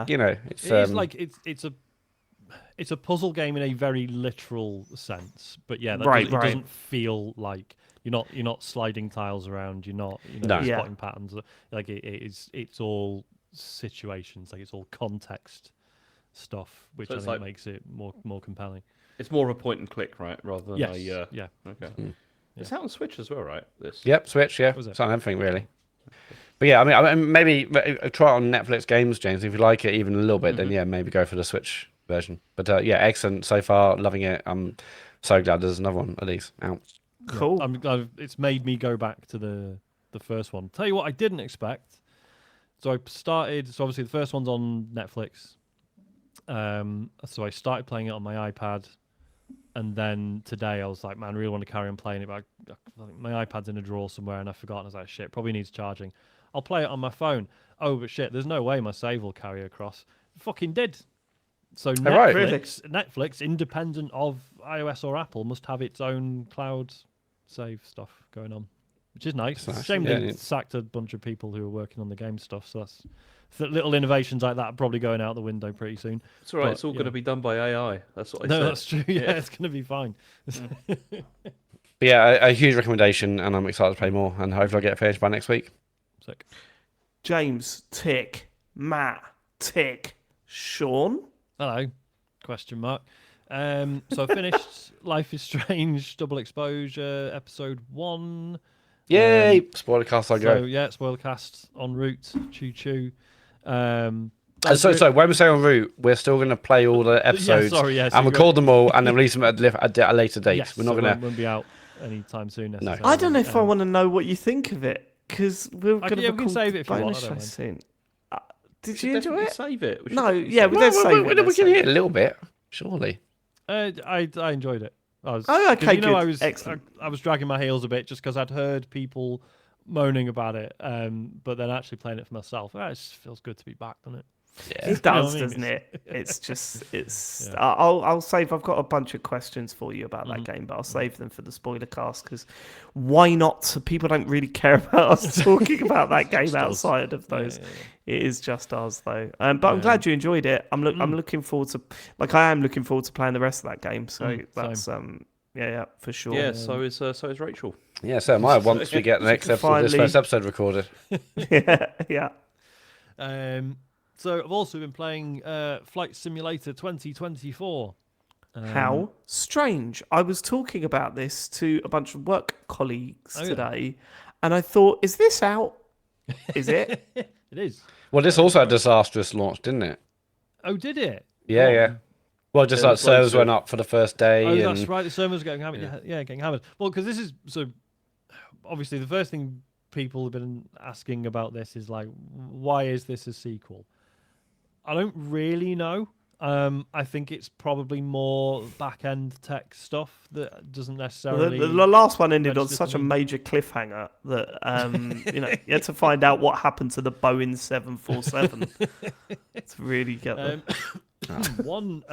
Thanks for politely laughing, Sean. Thanks for being polite there. Sorry, that was a genuine cough. That wasn't just me like masking the lack of laughter. Yeah, so I mean, the first major difference, just from a user experience point of view, is it streams almost everything as you're playing it now. Right. So instead of being 150 gig, it's about 12 when you first download it. Wow. Yeah. Really? Yeah. But it does mean loading times are a bit longer. So every time you go to a new bit of the planet, it's downloading it from scratch, I think. But, I'll take that to, have a much shorter download time initially. Sorry, you're playing this on... So I've played a bit on the Series X and a bit on PC. Okay. Because it's Xbox, isn't it? Play anywhere. Play it on my phone if I want. I Yeah, won't. but I Microsoft could. told me my desk was a fucking Xbox. My fridge was an Xbox. It went a bit nuts. Like, it's still like one of the most incredible technical achievements, but then the last game was as well. So you want to give it points for that, but also again, there's that lingering sort of why did this need to be a sequel? I don't know. What I found really interesting about it was what I loved about the first one is that if you're a super hardcore flight sim enthusiast, All the detail is there for you. If you are a tiny baby who just wants to push a button and you're flying over the Alps, fine, you are also catered to. And like genuinely, and not in any sort of patronizing way, like the devs were like, yeah, we want people who aren't necessarily into this stuff to be able to just mess around with it. Like that's just as important. And you really felt that with the first game. But there was, there was like challenges and stuff you could do, but I tended not to bother because it was like, yeah, that's hard stuff. I don't know, I'm not really feeling it. I just want to fly over places where I've been on holiday and be like, oh look, that's the fucking hotel we stayed at, shit like that. This one, what I am finding is there's two things I've been really enjoying. One, there's this world photographer mode. Where you basically, it's like, here's like a series of locations, and in each one you're trying to get like this one perfect photograph, right? So it's like, right, I want a photograph where there's this mountain in the background and the plane is on the water and the engine is off, right? Which, again, if you haven't played Flight Sim, you might be like, well, how is that hard? A, landing on water is really difficult. B, it took me about 10 minutes to remember how to turn the engine off. I was going to say, that sounds like the hardest bit to me. Yeah. Little requirements like that where you're like, oh right, shit, this is making me sort of remember how to play this, right? And in quite a fun way. And obviously you're then encouraged to, so it might be like, oh, do it during autumn, but when you load it up it's July, so you have to be like, right, go into the, like, as you're flying around, like, right, go into the weather menu, turn that wheel back to like, the I thought it was like fly around for 8 months. Yeah. Waste time. Checking your watch. I know autumn is a lot closer to July than 8 months. I just said it quickly. Shut up. Feedback. For idiots.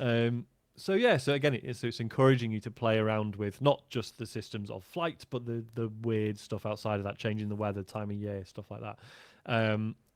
My one complaint about that mode is there have been plenty of times where I am 100% certain I'm fulfilling all of the requirements, and it's just like, nope, not ticking any objectives off. So I don't know if that's a bug or I'm missing something. Probably the latter, but the point is, there's in no way is it helping you to be like, oh well, here's what you're missing, mate. Here's what you're doing wrong. It's just like, nope, just folding its arms and just waiting for you to figure it out. So that's a little bit frustrating. And then there's a career mode where you pick any, like, I think pretty much any airstrip. I'd pick one near Wrexham. Where it's just like, right, this is where that's a good one. That's one of my faves, actually. And you get taken through like some tutorials, but it's like the whole point is you want to apply for like your private pilot license, right? And so it's like, here's what you're going to have to do in order to pass the test. Here's all the you've got to clean the wings for the real pilots for a bit, put you through all of that. Well, this is got to make some coffees. You actually do. Like, you start out on the ground on foot, and you're like, with those little stick things. Yeah. Moving them just them right. throwing suitcases into cages. And... you can open the luggage bit. Okay. I don't think you can put anything in it, but you can work open on it. you. Look inside it. Open that, you have to like go around. There's these like things they put in the plane to stop the engine getting damaged when it's on the ground. So you have to go around and take them out, take the chocks out of the wheels. I found out when people say chocks away, I never knew what that meant, Dave, but I do now. See, those, like, I always thought it meant chocolate. Things for the wheels. Yes, things to put in the wheels. Yeah. I thought it had to do with chocolate. Yeah, it's big bits of chocolate. Really I do wish it would start you off standing next to one of those little boxes at EasyJet saying, well, it doesn't fully go in, without you pushing it down. So that's £75, please, sir. What's that program? Is it Border Patrol, whatever, like where people try to sneak food across borders. Well, just that. That was my favourite. First 5 hours of that. Me and Shep Roivers spent a whole day watching it, just back to back. I love that series. She used to sit there. My favourite moment was when they picked up a statue and they picked it up and tapped the bottom and went, I think this is hollow. And I went, bet there's drugs in that. There was. Sorry, James, what were you going to say? I spoke over you then. No, it's just, Chen loved that series as well. Her favourite was I think the Australia one. I was going to say, that was always the best one. Where they're like, because of Australia's very delicate ecosystem. Constantly. That's what it is. Yeah, and it never. There was one episode during that marathon that Chet and I had where there was this little old Chinese lady, and they said, "Have you got any vegetation in was your that the case?" fruit one? And With she the said apples? no. Yeah. No, it was mushrooms. It was a whole suitcase of mushrooms. And they said, well, look, we're going to have to fine you for this. This is way over. So they started writing the slip. And as they're writing the fine slip, she ran off. Yeah, she tried to run away. The best show on television. Sorry. It's all right. There's none of that in the game, sadly. Okay. okay. Sorry, Shane. But so obviously it then shows you this massive web of like all these licenses you can get, and then there's like missions based on each one. So there's one for like being a helicopter pilot and getting to use the winch to grab people and airlift them out of dangerous situations. Excellent. You can learn to be one of those planes that scoops water up from a lake and then drops it on a forest fire and all that shit. But obviously that's well beyond. But like I'm literally still at taking off and landing and not dying. But yeah, it feels like there's a real structure, and it feels like someone like me, who previously only would stick with baby mode, I now feel like there is a way in to the more interesting and difficult stuff. So yeah, really encouraging, really enjoying it. Cool. Go on, James, what are you smoking? I mean, I'm definitely going to... I've got to play it. I've got to play it because it's been... I love the last one so much, and I love the idea that you don't have to, because that was a problem with the last game. The amount of stuff that you had to download. You had to download the game and all the city packs and all that sort of stuff. So yeah, I mean, not having to do that anymore. I'm assuming the city packs are no longer there. Well, it's weird because it just kind of comes up with a thing saying like, oh, any packs you had are now part of it. Don't worry about it. Basically, I think that's Okay, forget about it. Yeah, don't worry about it. But even like remembering the controls, it's like, okay, it must be. Well, that's still a lot. Like, and fair play, they've managed to fit it onto an Xbox controller. There was no mean feat. But yeah, it's like, right, so to turn the engine on, it's right bumper and right on the D-pad, and then to use just the look cursor, it's right bumper, and I click the left stick in, and then I can click on the icons at the shit like that. Yeah, just It's like looking doing like the celebrations in FC25. yeah, it's like trying to crack a code. But yeah, just look at all the instrument panels. Like, all right, I mean, I guess. Well, yeah, because if you want, guess you can just stay that's in the first yoke right there. person. Yeah, you can stay in first person, and you've got all the instruments in front of you, and you can look around, you can press buttons. So What's with the egg struggle puns? with that. What's sorry? What's with the egg puns, Matt? What do you mean? Trying to crack a code, that's the yoke. What's with the egg puns? I don't relate into what? I don't know. You've been called out. Explain yourself. No, I mean the egg one. That was just an accident. But The crack the code? Because I thought, why is it saying No, crack the code? That's rubbish. yeah, I was trying to remember the name of the Enigma machine. Turns out it's the Enigma machine. Don't worry about it. James just had a big laugh then on mute, which is frustrating. Louis P's mentioned in the chat, apparently Steam users having a very bad time with the streaming stuff. It's been all right for me, but Yeah, it kind of launched to like overwhelmingly negative, which is not great. But, shame, but then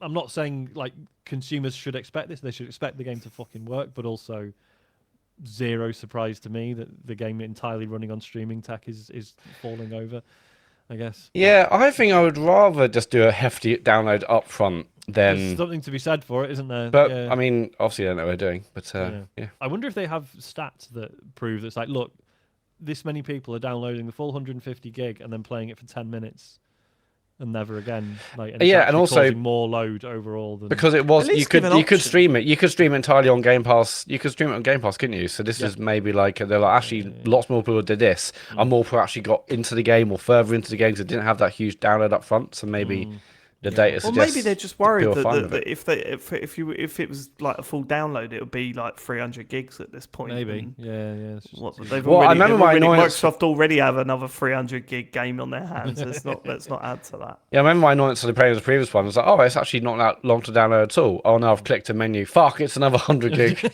And they were just like updating your game. It's like, no, well, why? You don't have to do that. So, I was thinking about getting one of those Xbox memory cards, Oh, yeah. Got a little bit of birthday money, but they're still way too expensive. Yeah. Do you not find you've got enough room?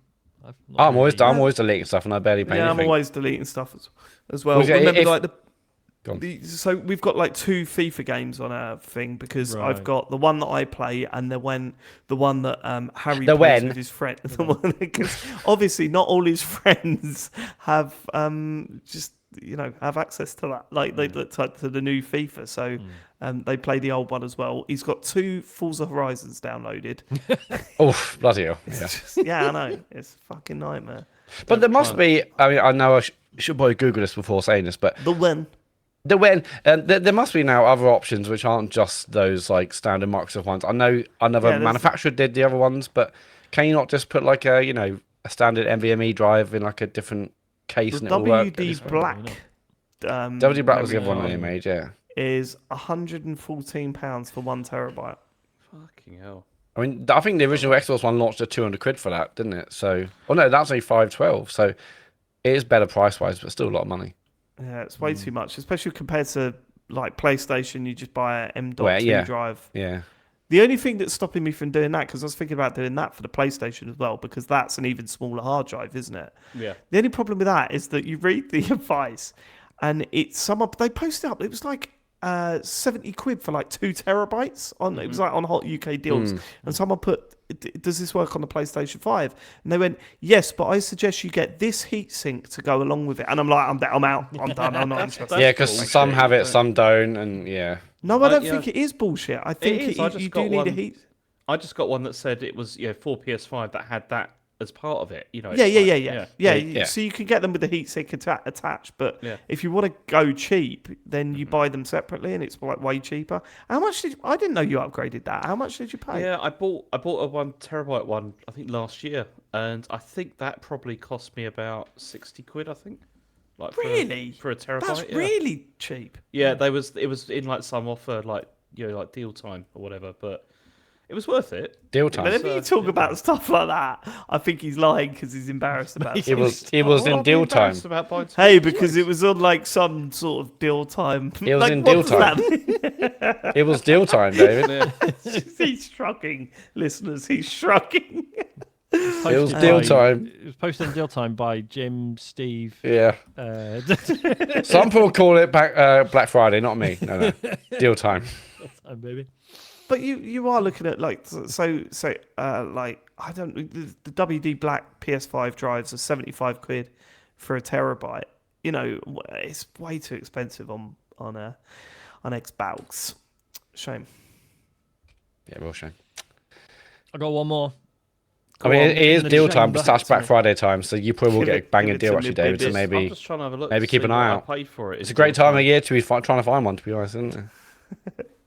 Great time of year. Do you not want to hear about Dynasty Warriors, Matt? Is that what's... Oh, sorry. Yeah, 107 quid, David, if you want one now. Anyway, sorry. Go on. Yeah, okay. I paid. Sorry, I've just checked it, and it was deal time, because it was 66. What's deal time? Is that a That's website or specifically just how don't you're know. feeling? No, it What's was deal during. time. It was no. It must have been Black Friday because it was shipped on. I've ordered it on the 27th of November, which is around now. So Black Yeah. Friday. Yeah. So deal time, and it cost me Said it again. 66.99 euros, which is like about 50 quid, and that's for Well, a that is deal terabyte. time. That is And you deal just time, whack- isn't it? You just whacked it in there. What make was it? It's crucial. Crucial. I need to do that then. I need to do that. Now, Need to Dynasty do that. Warriors. Sorry, Sean. It's all right. There's a demo I'm on- sorry, I'm just googling PS5 deal time. No, David, I just seen a great offer, Black Friday deal, 8 terabyte, 8 terabyte. It's available for PS5, down to the 600 quid at the moment. Okay, I'll get That's that deal then. time. You That can is deal download a time. lot of Every- copies of Dynasty Warriors for Every that. second you keep going, That is another deal minute time, I'm going but- to talk about Dynasty. For every I will add another 5 minutes. Sean, I'm a fan of that. I'm the other fan of that series, and I don't want you to talk about it. Dynasty Warriors Origins, which only got announced a couple of months ago, if that. Dynasty Warriors has been through a bit of a rough old time. They did Dynasty Warriors 9 and everyone hated it. They tried to sort of reimagine it. It's like a proper open world action game. There's stealth in it, and apparently it was shit. I never played it. It's been quiet for a long time. And then recently they announced Dynasty Warriors Origins, which, part of you might think you tried something new. Is this now you going oh, sorry. Nah. Like, we won't do that again, promise. Yeah, so played the demo. We are so fucking back. Honestly, it's fucking. I've had such a good time. I've played the demo like 5 or 6 times just because I don't want to stop, even though there's only one mission in it. So it is a bit. Sorry, we'll do it like we used to. We won't play with it again. But I mean, it's the first Dynasty Warriors we've had on this generation of hardware. It looks fucking great. Like, well, for a Dynasty Warriors game, not like, doesn't look like Horizon Zero Dawn. Looks really good for a Dynasty Warriors game. Horizon Dawn. Yeah, Horizon Dawn, that's the sorry, name. Sorry. Yeah. And it's just it's all the stuff I used to enjoy about Dynasty Warriors. It's clearing away fucking hundreds of lads with every button press and what have you, and it's absolutely daft. But it feels like they've really tightened up the fights with other officers, right? I probably need to explain what Dynasty Warriors is to some people, right? I don't think you do. Only No? losers. I reckon I do. Yeah, you do. Well, Yeah, tell the that's most of losers the audience. what they're missing out on. Like, basically, it's been this incredibly long-running series of like third-person action games set in sort of medieval Chinese history. Okay, right, shorter. Sort of. Okay, short, less, fewer words. It's based on literature, Matt. Oh, Actually, fuck Romance of the it. Three Boring. Kingdoms. Books. And there's tons Off. of people, and then you just hit them with swords and stuff. Yeah, there's fucking millions of enemies, and you just and it's like plays on the myths around these like officers and generals in these armies who supposedly could just destroy hundreds of. Well, because millions of these people fighting in these wars were just literally peasants given a sword and gone, here you go. But yeah, so the idea is there's this flow between, right, you're just clearing away shitloads of baddies to then like, oh shit, there's an enemy officer, they're actually going to be some trouble. And yeah, they've really tightened that stuff up. Like the fights with the other officers are really exciting now. You're like properly, you're doing like counters and parries and stuff. It's got this thing where like if they're charging up, you have this attack, which is like a palm strike, right? And if an enemy officer is like charging up like an unblockable attack, you can sneak the palm strike in and that stuns them. That just feels really good every time you nail one of those. It does this thing where, so you have these like you can give orders to your troops that you're around you now, right? So you can like tell them like, right, everyone charge in that direction or pelt this area with arrows or whatever. But the other officers can do that to you as well. But what's sick about it is like they'll send 30 guys charging at you, and they're all like glowing, right, to show like, look, this is like an order that the other officer's using. And if you can just wait until they come really close to you, you can then hit them with the palm strike, and it disrupts all of them, and then you do like a cool counter attack that just fucking sweeps them out of existence, and it just feels so fucking good. And like you get to like the big fight at the end of this one mission, and it'll say like, oh, the enemy's trying to use like this strategy. They're about to lob a load of fireballs at you or whatever. Like kill 500 guys in the next 2 minutes, and it won't happen. So you're like, right, shit, or it'll be like, right, go out and take out this like specific general to cancel out this other thing the enemy's going to do, and. Yeah, it's really fucking good, man. You got to try the demo, Dave. I really, really enjoyed it. What you put? So on Xbox, Series X, I'm playing on. Yeah. I will try the demo. I think about that series, and my love for the series started in. I think it was free on the PlayStation 2. Was that the one with Dad split screen? Did it? Yes, I think 2 might have as well. I can't remember. Because Blake and I used to sit and play it for hours. Mm-hmm. Imagine that. Me and the dude that went on to become one of the most successful TV shows in Britain, sitting playing Dynasty Warriors for hours, not talking to each other, just sort of just staring at it and watching all these characters fly about the screen. I've got time for that series. So with this one, the career mode is like you just have a custom character who's just like the Wanderer.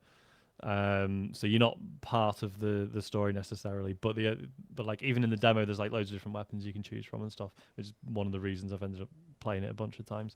Lu Bu appears at the end, and he's fucking solid, obviously. to the point that I wasn't actually sure if you could beat him. Turn the difficulty down, and that, and then managed it. It's actually quite difficult. That's the other thing. On the normal difficulty, it doesn't fuck around. But I think it kind of needed that, right? Like for a long time, yes, it's been a game about just cutting through like shitloads of enemies. Whereas, I think a bit of friction now is in the 10th game is warranted. I think. So yeah, big fan. It's out in January. Cool. Can't wait. I'm going to rattle through a few games, just a couple of things to say. Still hammering Call of Duty Black Ops. Every time I get the chance, I play that game. Every time I get a spare few minutes, I stick that on. I love it. I mean, I said this on Twitter, but if a friend of yours gets best play and takes a clip of it and puts it in a WhatsApp group, don't ignore it. Just say, that's really cool. Wow, look at that. You're good at it. Just don't. Ignoring it hurts. It's not a very nice thing to do to a friend, especially someone that gave you a sort of second career. I was busy playing Astrobot. The most infuriating thing of all time is going on with that game right now, and I've not seen anyone talk about it. So you're going to hear it. I'm playing the speed run. I'm trying to beat Blake's scores. He's beating mine, sending it back. It's currently on me, so he's got the top of the leaderboards on all of that. I have beaten his score about 14 times. There's a problem with the server at the moment where Oh no! Oh, is it? have you not seen this? That's weird. Isn't You it? see it?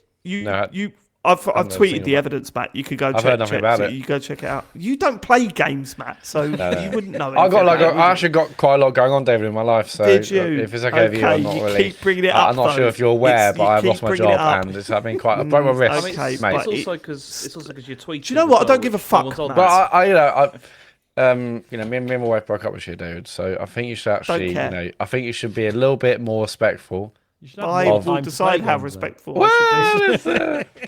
I'm doing a lot of no. So sorry, David. So the so what it does is that you finish, you beat the level order, you get like a top score or whatever, and then it sort of buffers a bit at the loading thing, and then your top score, it's like it's taking the piss out of you. Your score then reverts back to the old one. Oh, brilliant. And then the leaderboard comes up, and you're like, no, I beat this. Why is this That's happening? ridiculous. So it's kind of killed my love for it. That's the whole point in that. Why the fuck is that not being sorted? And there's nothing on the social media thing about it. There's a few posts on Reddit going, what the fuck is going on here? And it's really killed my love for Astrobot at the moment. I don't want to work on a new time without knowing that it's going to be recorded. So Sounds it's to a me bit like it pissed. simply cannot be considered for Game of the Year with a flaw like this. Well, it's just not- let's not go too far. And finally, I should mention this because we had a bit of feedback from the team over at Antstream Arcade. I briefly mentioned this last week. That I could only play about 7 games, and it turns out I was just looking in the wrong. Well, I wasn't. I do think the menu's not clear enough to be able to find the rest of the games. You have to go to search and then search all, and then it brings up all the games. Oh my god, I have been having so much fun with this with the kids. We woke up early on Sunday, me and Harry, and we sat and we played Zombies Ate My Neighbours for about 2 hours. It just. I love that game so much. Does it hold up? I mean, I played it back in the day, but No, the shooting is not great because you're only shooting in 8 directions, but you've got free all we had movement, back so you then, can be wasn't anywhere. Yeah, but it's still. I mean, it's still the music's still banging and horrible, like at the same time because it's it sticks in your head. I love it. The trampolines are still amazing. Do you know what? It does hold up. I still love every second of playing that game. And Harry was having a good time as well as we were running around trying to. The only thing that I had in my head, when you think you remember something and it's wrong, what they call it, the Mandela effect. I thought that on Zombies Ate My Neighbours, when you got to the edge of the screen, it went into split screen, and it doesn't. So it does that thing where the screen locks in place, and you're like, "No, come over here." Before people write in, I've just remembered, the Mandela effect is when there's like a collective delusion, right? Where like loads of people think like, yeah, zombies ate my neighbours. Yeah, it goes split screen, doesn't it? Yeah. It's like the one for me is that theme tune, catch the pigeon, catch the pigeon, catch the pigeon. And then you go, do you know it's not that, it's stop the pigeon. You go, no, it isn't. And then you show the theme tune and you're going, this isn't real, you've made this up. It's like, it's really fucking weird. Oh my God. Do you know what I found out recently? This is not related to anything. This is fine. Oprah Winfrey's real name. Yeah, I saw that as well. Yeah. Oprah Winfrey's real name is Orpah Winfrey. Yeah. Orpah? It is. You can check. Yeah, Oprah's not her name. So I simply refuse to check. It's Orpah. And what's really funny she did the about right that thing. is there was that post, wasn't there, about it? And then people were like, I'm sorry for telling you this, and I'm sorry this is now going to dominate your thinking for like some time. And it has. So, Orpah Winfrey. Wow. Orpah Winfrey. So that's my review of Zombies Ate My Neighbours from the Antstream arcade system. And also we found a game called, I said, Harry, let's play a football game. And it was like Kickoff 2, and it was like, okay, these games are really old and not very fun now. But we were going through football games and we found one called Football Champ, which I'm pretty sure I've played before. It's like one of those side view Japanese football games where it just does the fuck. Some of the stuff is just so funny in it. Like you can there's literally a button to grab someone's shirt and pull them to the ground, and the referee's like running around all over the place, and if you bump into the referee, he falls over. Like it's a football game with a sense of humour, and it's still really fun to play. Like we played that for about a good 45 minutes and just cracked up while we. Why isn't that NFC? Why can't you knock the ref off? No. Over in oh yeah. Why can't you jerk a referee off in FC 25? Is my question. Make it realistic. I play if you've got Antstream Arcade, play a bit of multiplayer Football Champ because it is funny. It's just really funny to play, and we had a right good laugh with it. So look, I really do recommend it if you get the chance to check out Antstream Arcade. It's on everything, but I'm fucking loving it at the moment. Just going back to some old games with Harry and playing them together. It's good, man. It's good. And I know, yeah, of course, I've got the Miu Mini and stuff like that.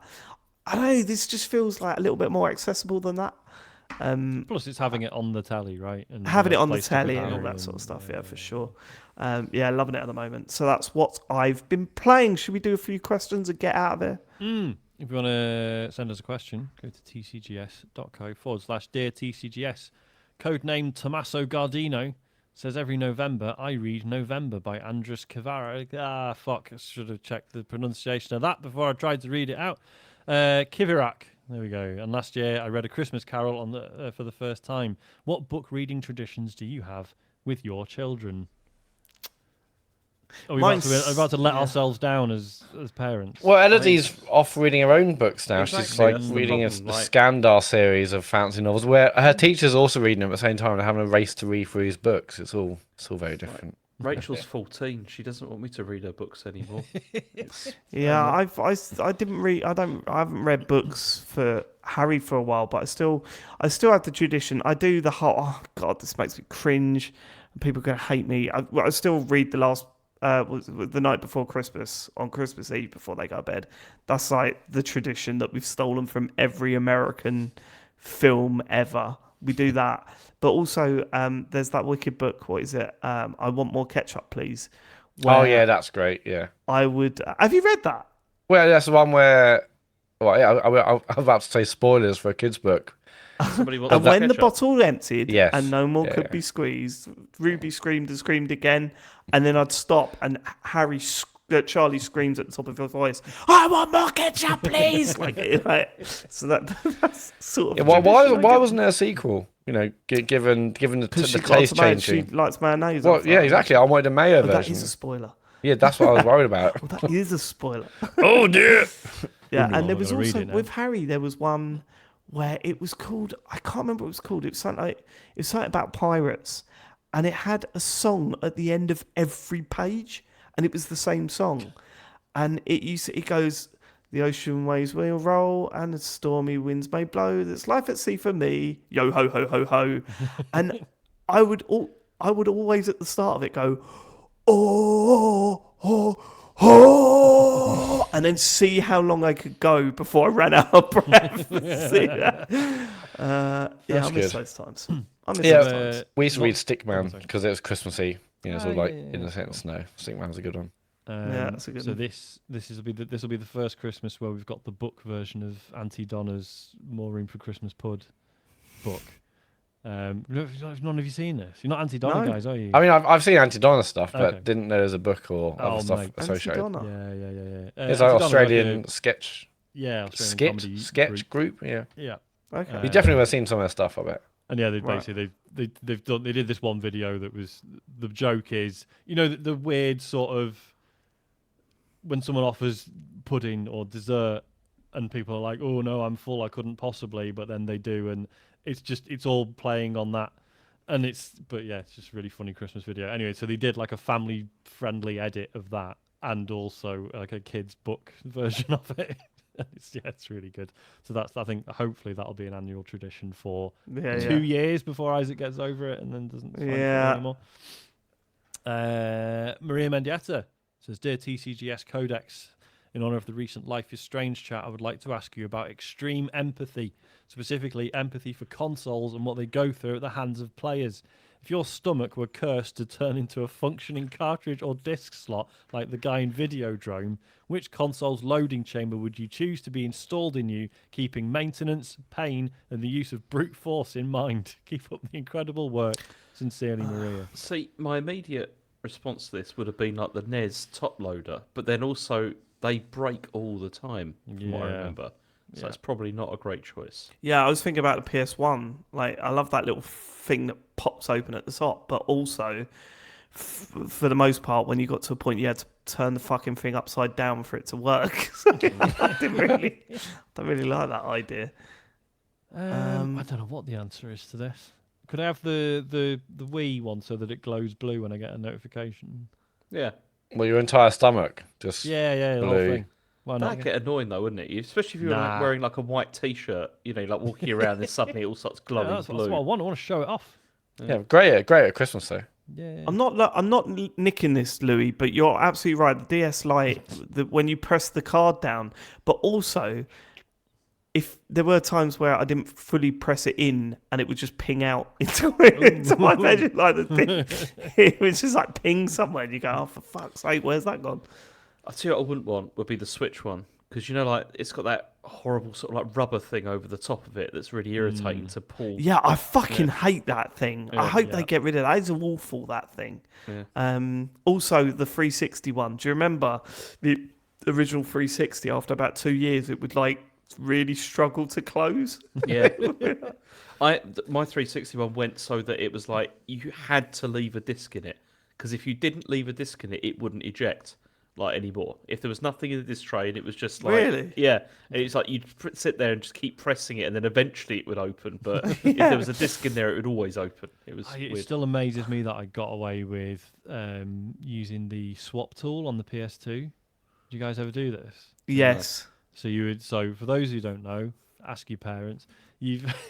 So you would have to unscrew the front bit of the disc tray so that it was essentially open the whole time. And then you would put in like a legitimate disc. You would let that load up, and then you'd have this little plastic tool that you would shove in the slot, slide it to one side, and then just wrench the thing out. And then I didn't do this. Yeah, and then put your. I thought it was along the copies lines out of the Colossus in. GameCube. I thought it was along the lines of the GameCube one, because you could just pop that open. This is where you physically. So basically, the PS2 didn't know it had been opened. You would then swap the disc, shove it back in, and then off you go. It's fucking how that didn't just break my PS2 immediately. I have no idea. But GameCube's the answer for me. GameCube, nice and small, little pop open, and it was reliable as fuck. Or mine was, at least. I was going to say Mega Drive too, because it's just like a slot, so you wouldn't know you've even got it on without, unless you had your top off, you wouldn't know. It's just a little cartridge slot there. Just plug it in, take it out. Well, I'll have to save that for home. But little cartridge slot somewhere on the side. Alex79 says, "All right, lads. Since we now know for sure That was that brutal. That moving on was brutal. Then that said Needs so to be much. done. Needed to be done. I Coming do to an end. approve. Since we now know for sure Shut that up. Switch successor will be backwards compatible, and knowing how much Nintendo loves money, do we reckon there will be Switch 2 patches for most of the big Nintendo releases from the last 8 years? Personally, I'd definitely have another look at, for example, Breath of the Wild running with nicer visuals at 60 FPS. What do you think? Will there be a charge? I think that's a given, to be honest. But how much? A fiver? A tenner? What would you pay? Also, I know the questions you get asked aren't thrown open to your listeners, but I just wanted to add, following on from last week's question about where you'd most like to go, for me, Peru. I'd love to explore the old Aztec ruins, Machu Picchu, etc. Always wanted to go there since I was tiny. Thanks, lads. You brighten up the week. Alex. Yeah, basically they'll do full price re-releases, I think. That's exactly what they'll do. Do you Yeah, reckon? Matt's right. I mean, maybe not 70, but maybe if they can. But yeah, 50, 60 quid. Here's Breath of the Wild, Switch 2 version. Yeah, they would not be like, oh, fiver. This is Nintendo. I mean, even Sony were right, doing but I 3 ones at fucking one hate point. that. Then they're doing £10 upgrades, and I think they just will. Say 50, 60 quid. I mean, and maybe lots of people will. Well, they will. They will. Okay. I think you're absolutely right, but I hate that. I hate it. So just don't be dicks. Like in Come on. instances where they have gone back and redesigned like the UI or whatever, they've had to actually work on things. I get that there is a cost to that. I think you can probably argue that they'd sell more copies anyway, and that sort of justifies it. But okay, if people need paying to do the work to get it running in 4K, 60 frames, whatever it is, I sort of get it. But in a lot of cases, there'll be games that just the frame rate's uncapped anyway, and it'll just fucking go at whatever it can, and actually no work is involved. Yeah. So See, also, Nintendo are the kind of company where I could imagine that, their technicians have probably said, look, if we do this can like massively increase performance, or we can just run it in emulation mode and it will just run like the original, and they'll be like, yeah, let's do that.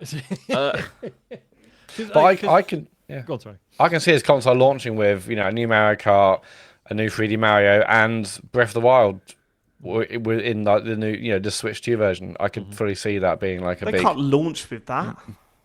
Why not? They could have it'd be like a, they do some up-resing, make it look nicer. 60 quid, everyone's going to buy it again.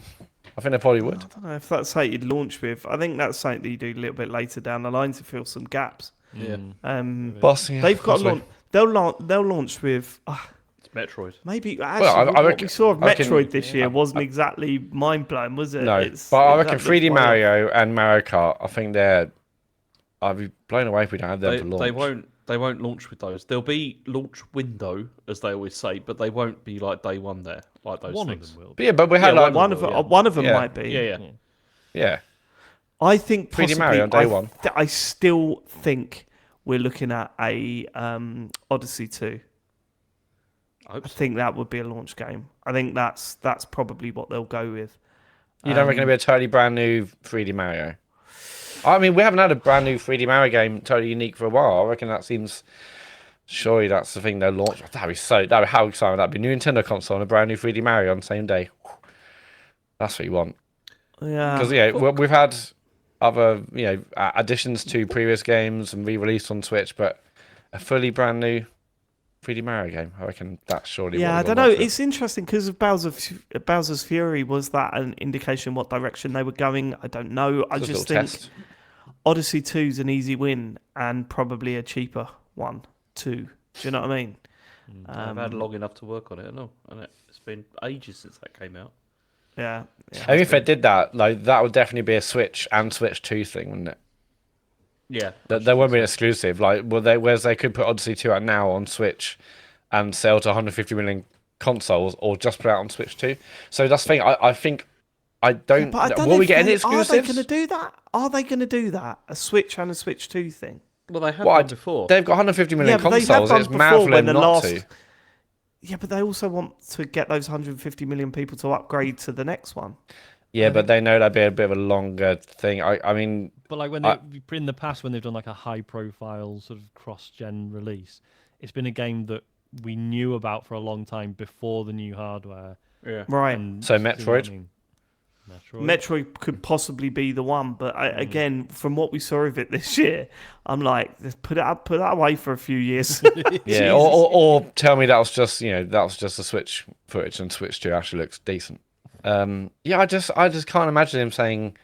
I mean, it'd be exciting for me as like an owner of the new systems. Like, it's exclusive. It really, they built it with a new console in mind. It looks as good as it can do because of the new console. But I can also can't see them just surpassing 150 million consoles and not releasing the Mario game on that. Obviously, the best place to play will be Switch 2, and we will be wanting to play it there. But I just can't see them throwing it away. I see what you're saying, and yeah, that's a good argument for them not doing that.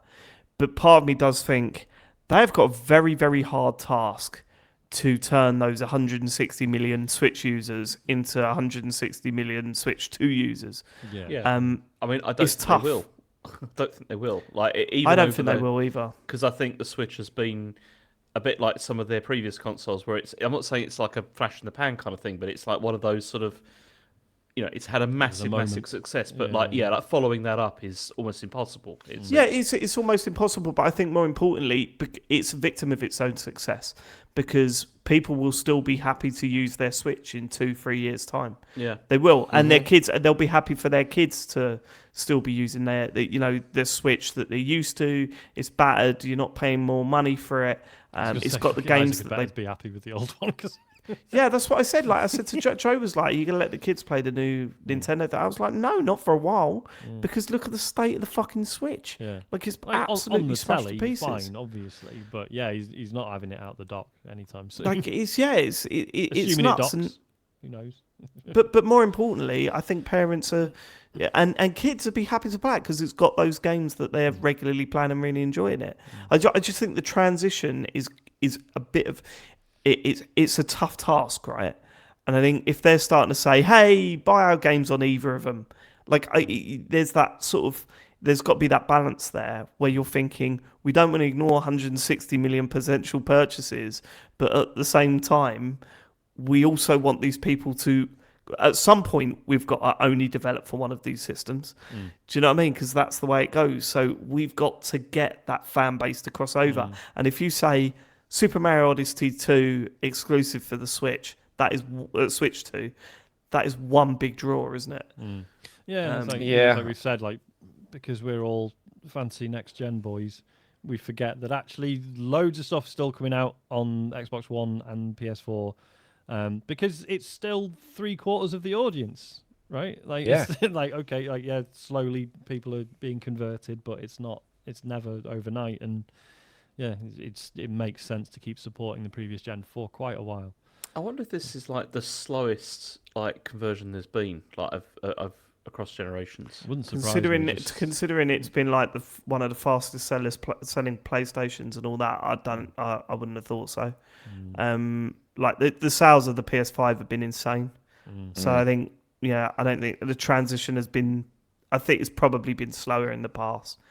But I think Nintendo have a task on their hands with that. It's going to be tough. Okay, I reckon I've got one more. faith in them. I reckon they'll manage it.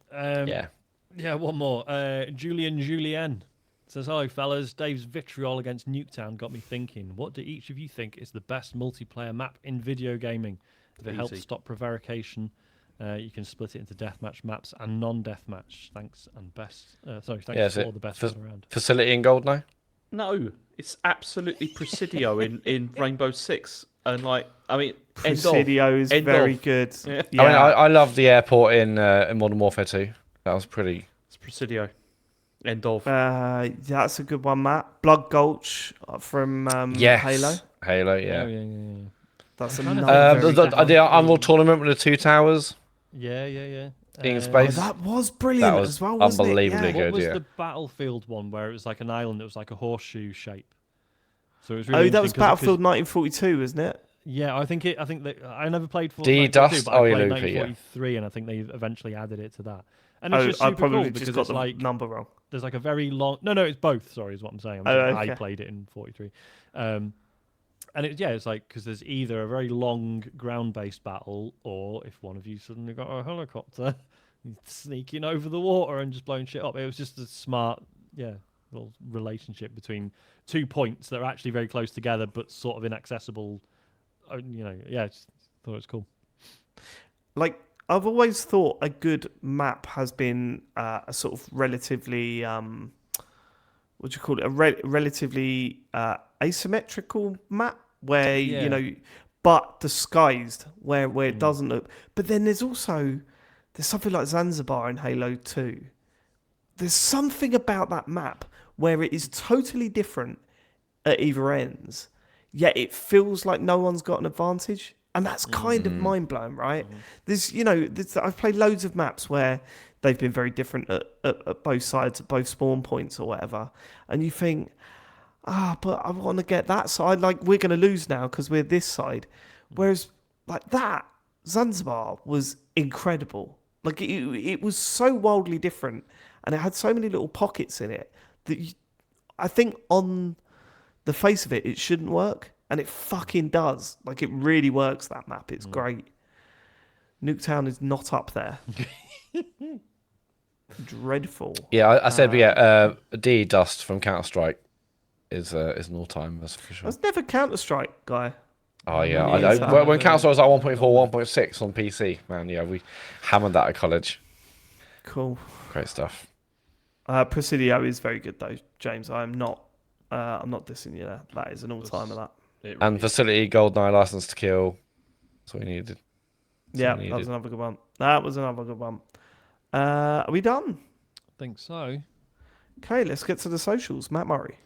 Yes, we stream this show live on Twitch every Monday, twitch.tv/TCGSco. You can watch our stream. You can watch our stream games as well in the week. You can watch James's Farley's Fresh Cuts series. And if you have Amazon Prime and Twitch Prime Gaming, if you have your Amazon Prime account and a Twitch account, connect them, and you get something called Twitch Prime Gaming, where they give you a free sub to a channel of your choice every month. So go to your account, connect them, go to our channel, give us your free sub. We really appreciate those that do. If you miss the streams live, go to youtube.com/@TCGS to see the VODs of James's latest streams, this show, anything else we do. We're on Blue Sky, various things, but if you go to @TCGS.co on Blue Sky, that's the account for the podcast, and you can see our details there as well. Unfortunately, your time has run out this week, Matt. I do Okay, apologise, but thank you so much for the socials. We thank you so much for living it, everyone that's listening to the podcast this week. We will catch you next week for some more video game chit chat. We love you all. Goodbye. Bye-bye. Goodbye. Off.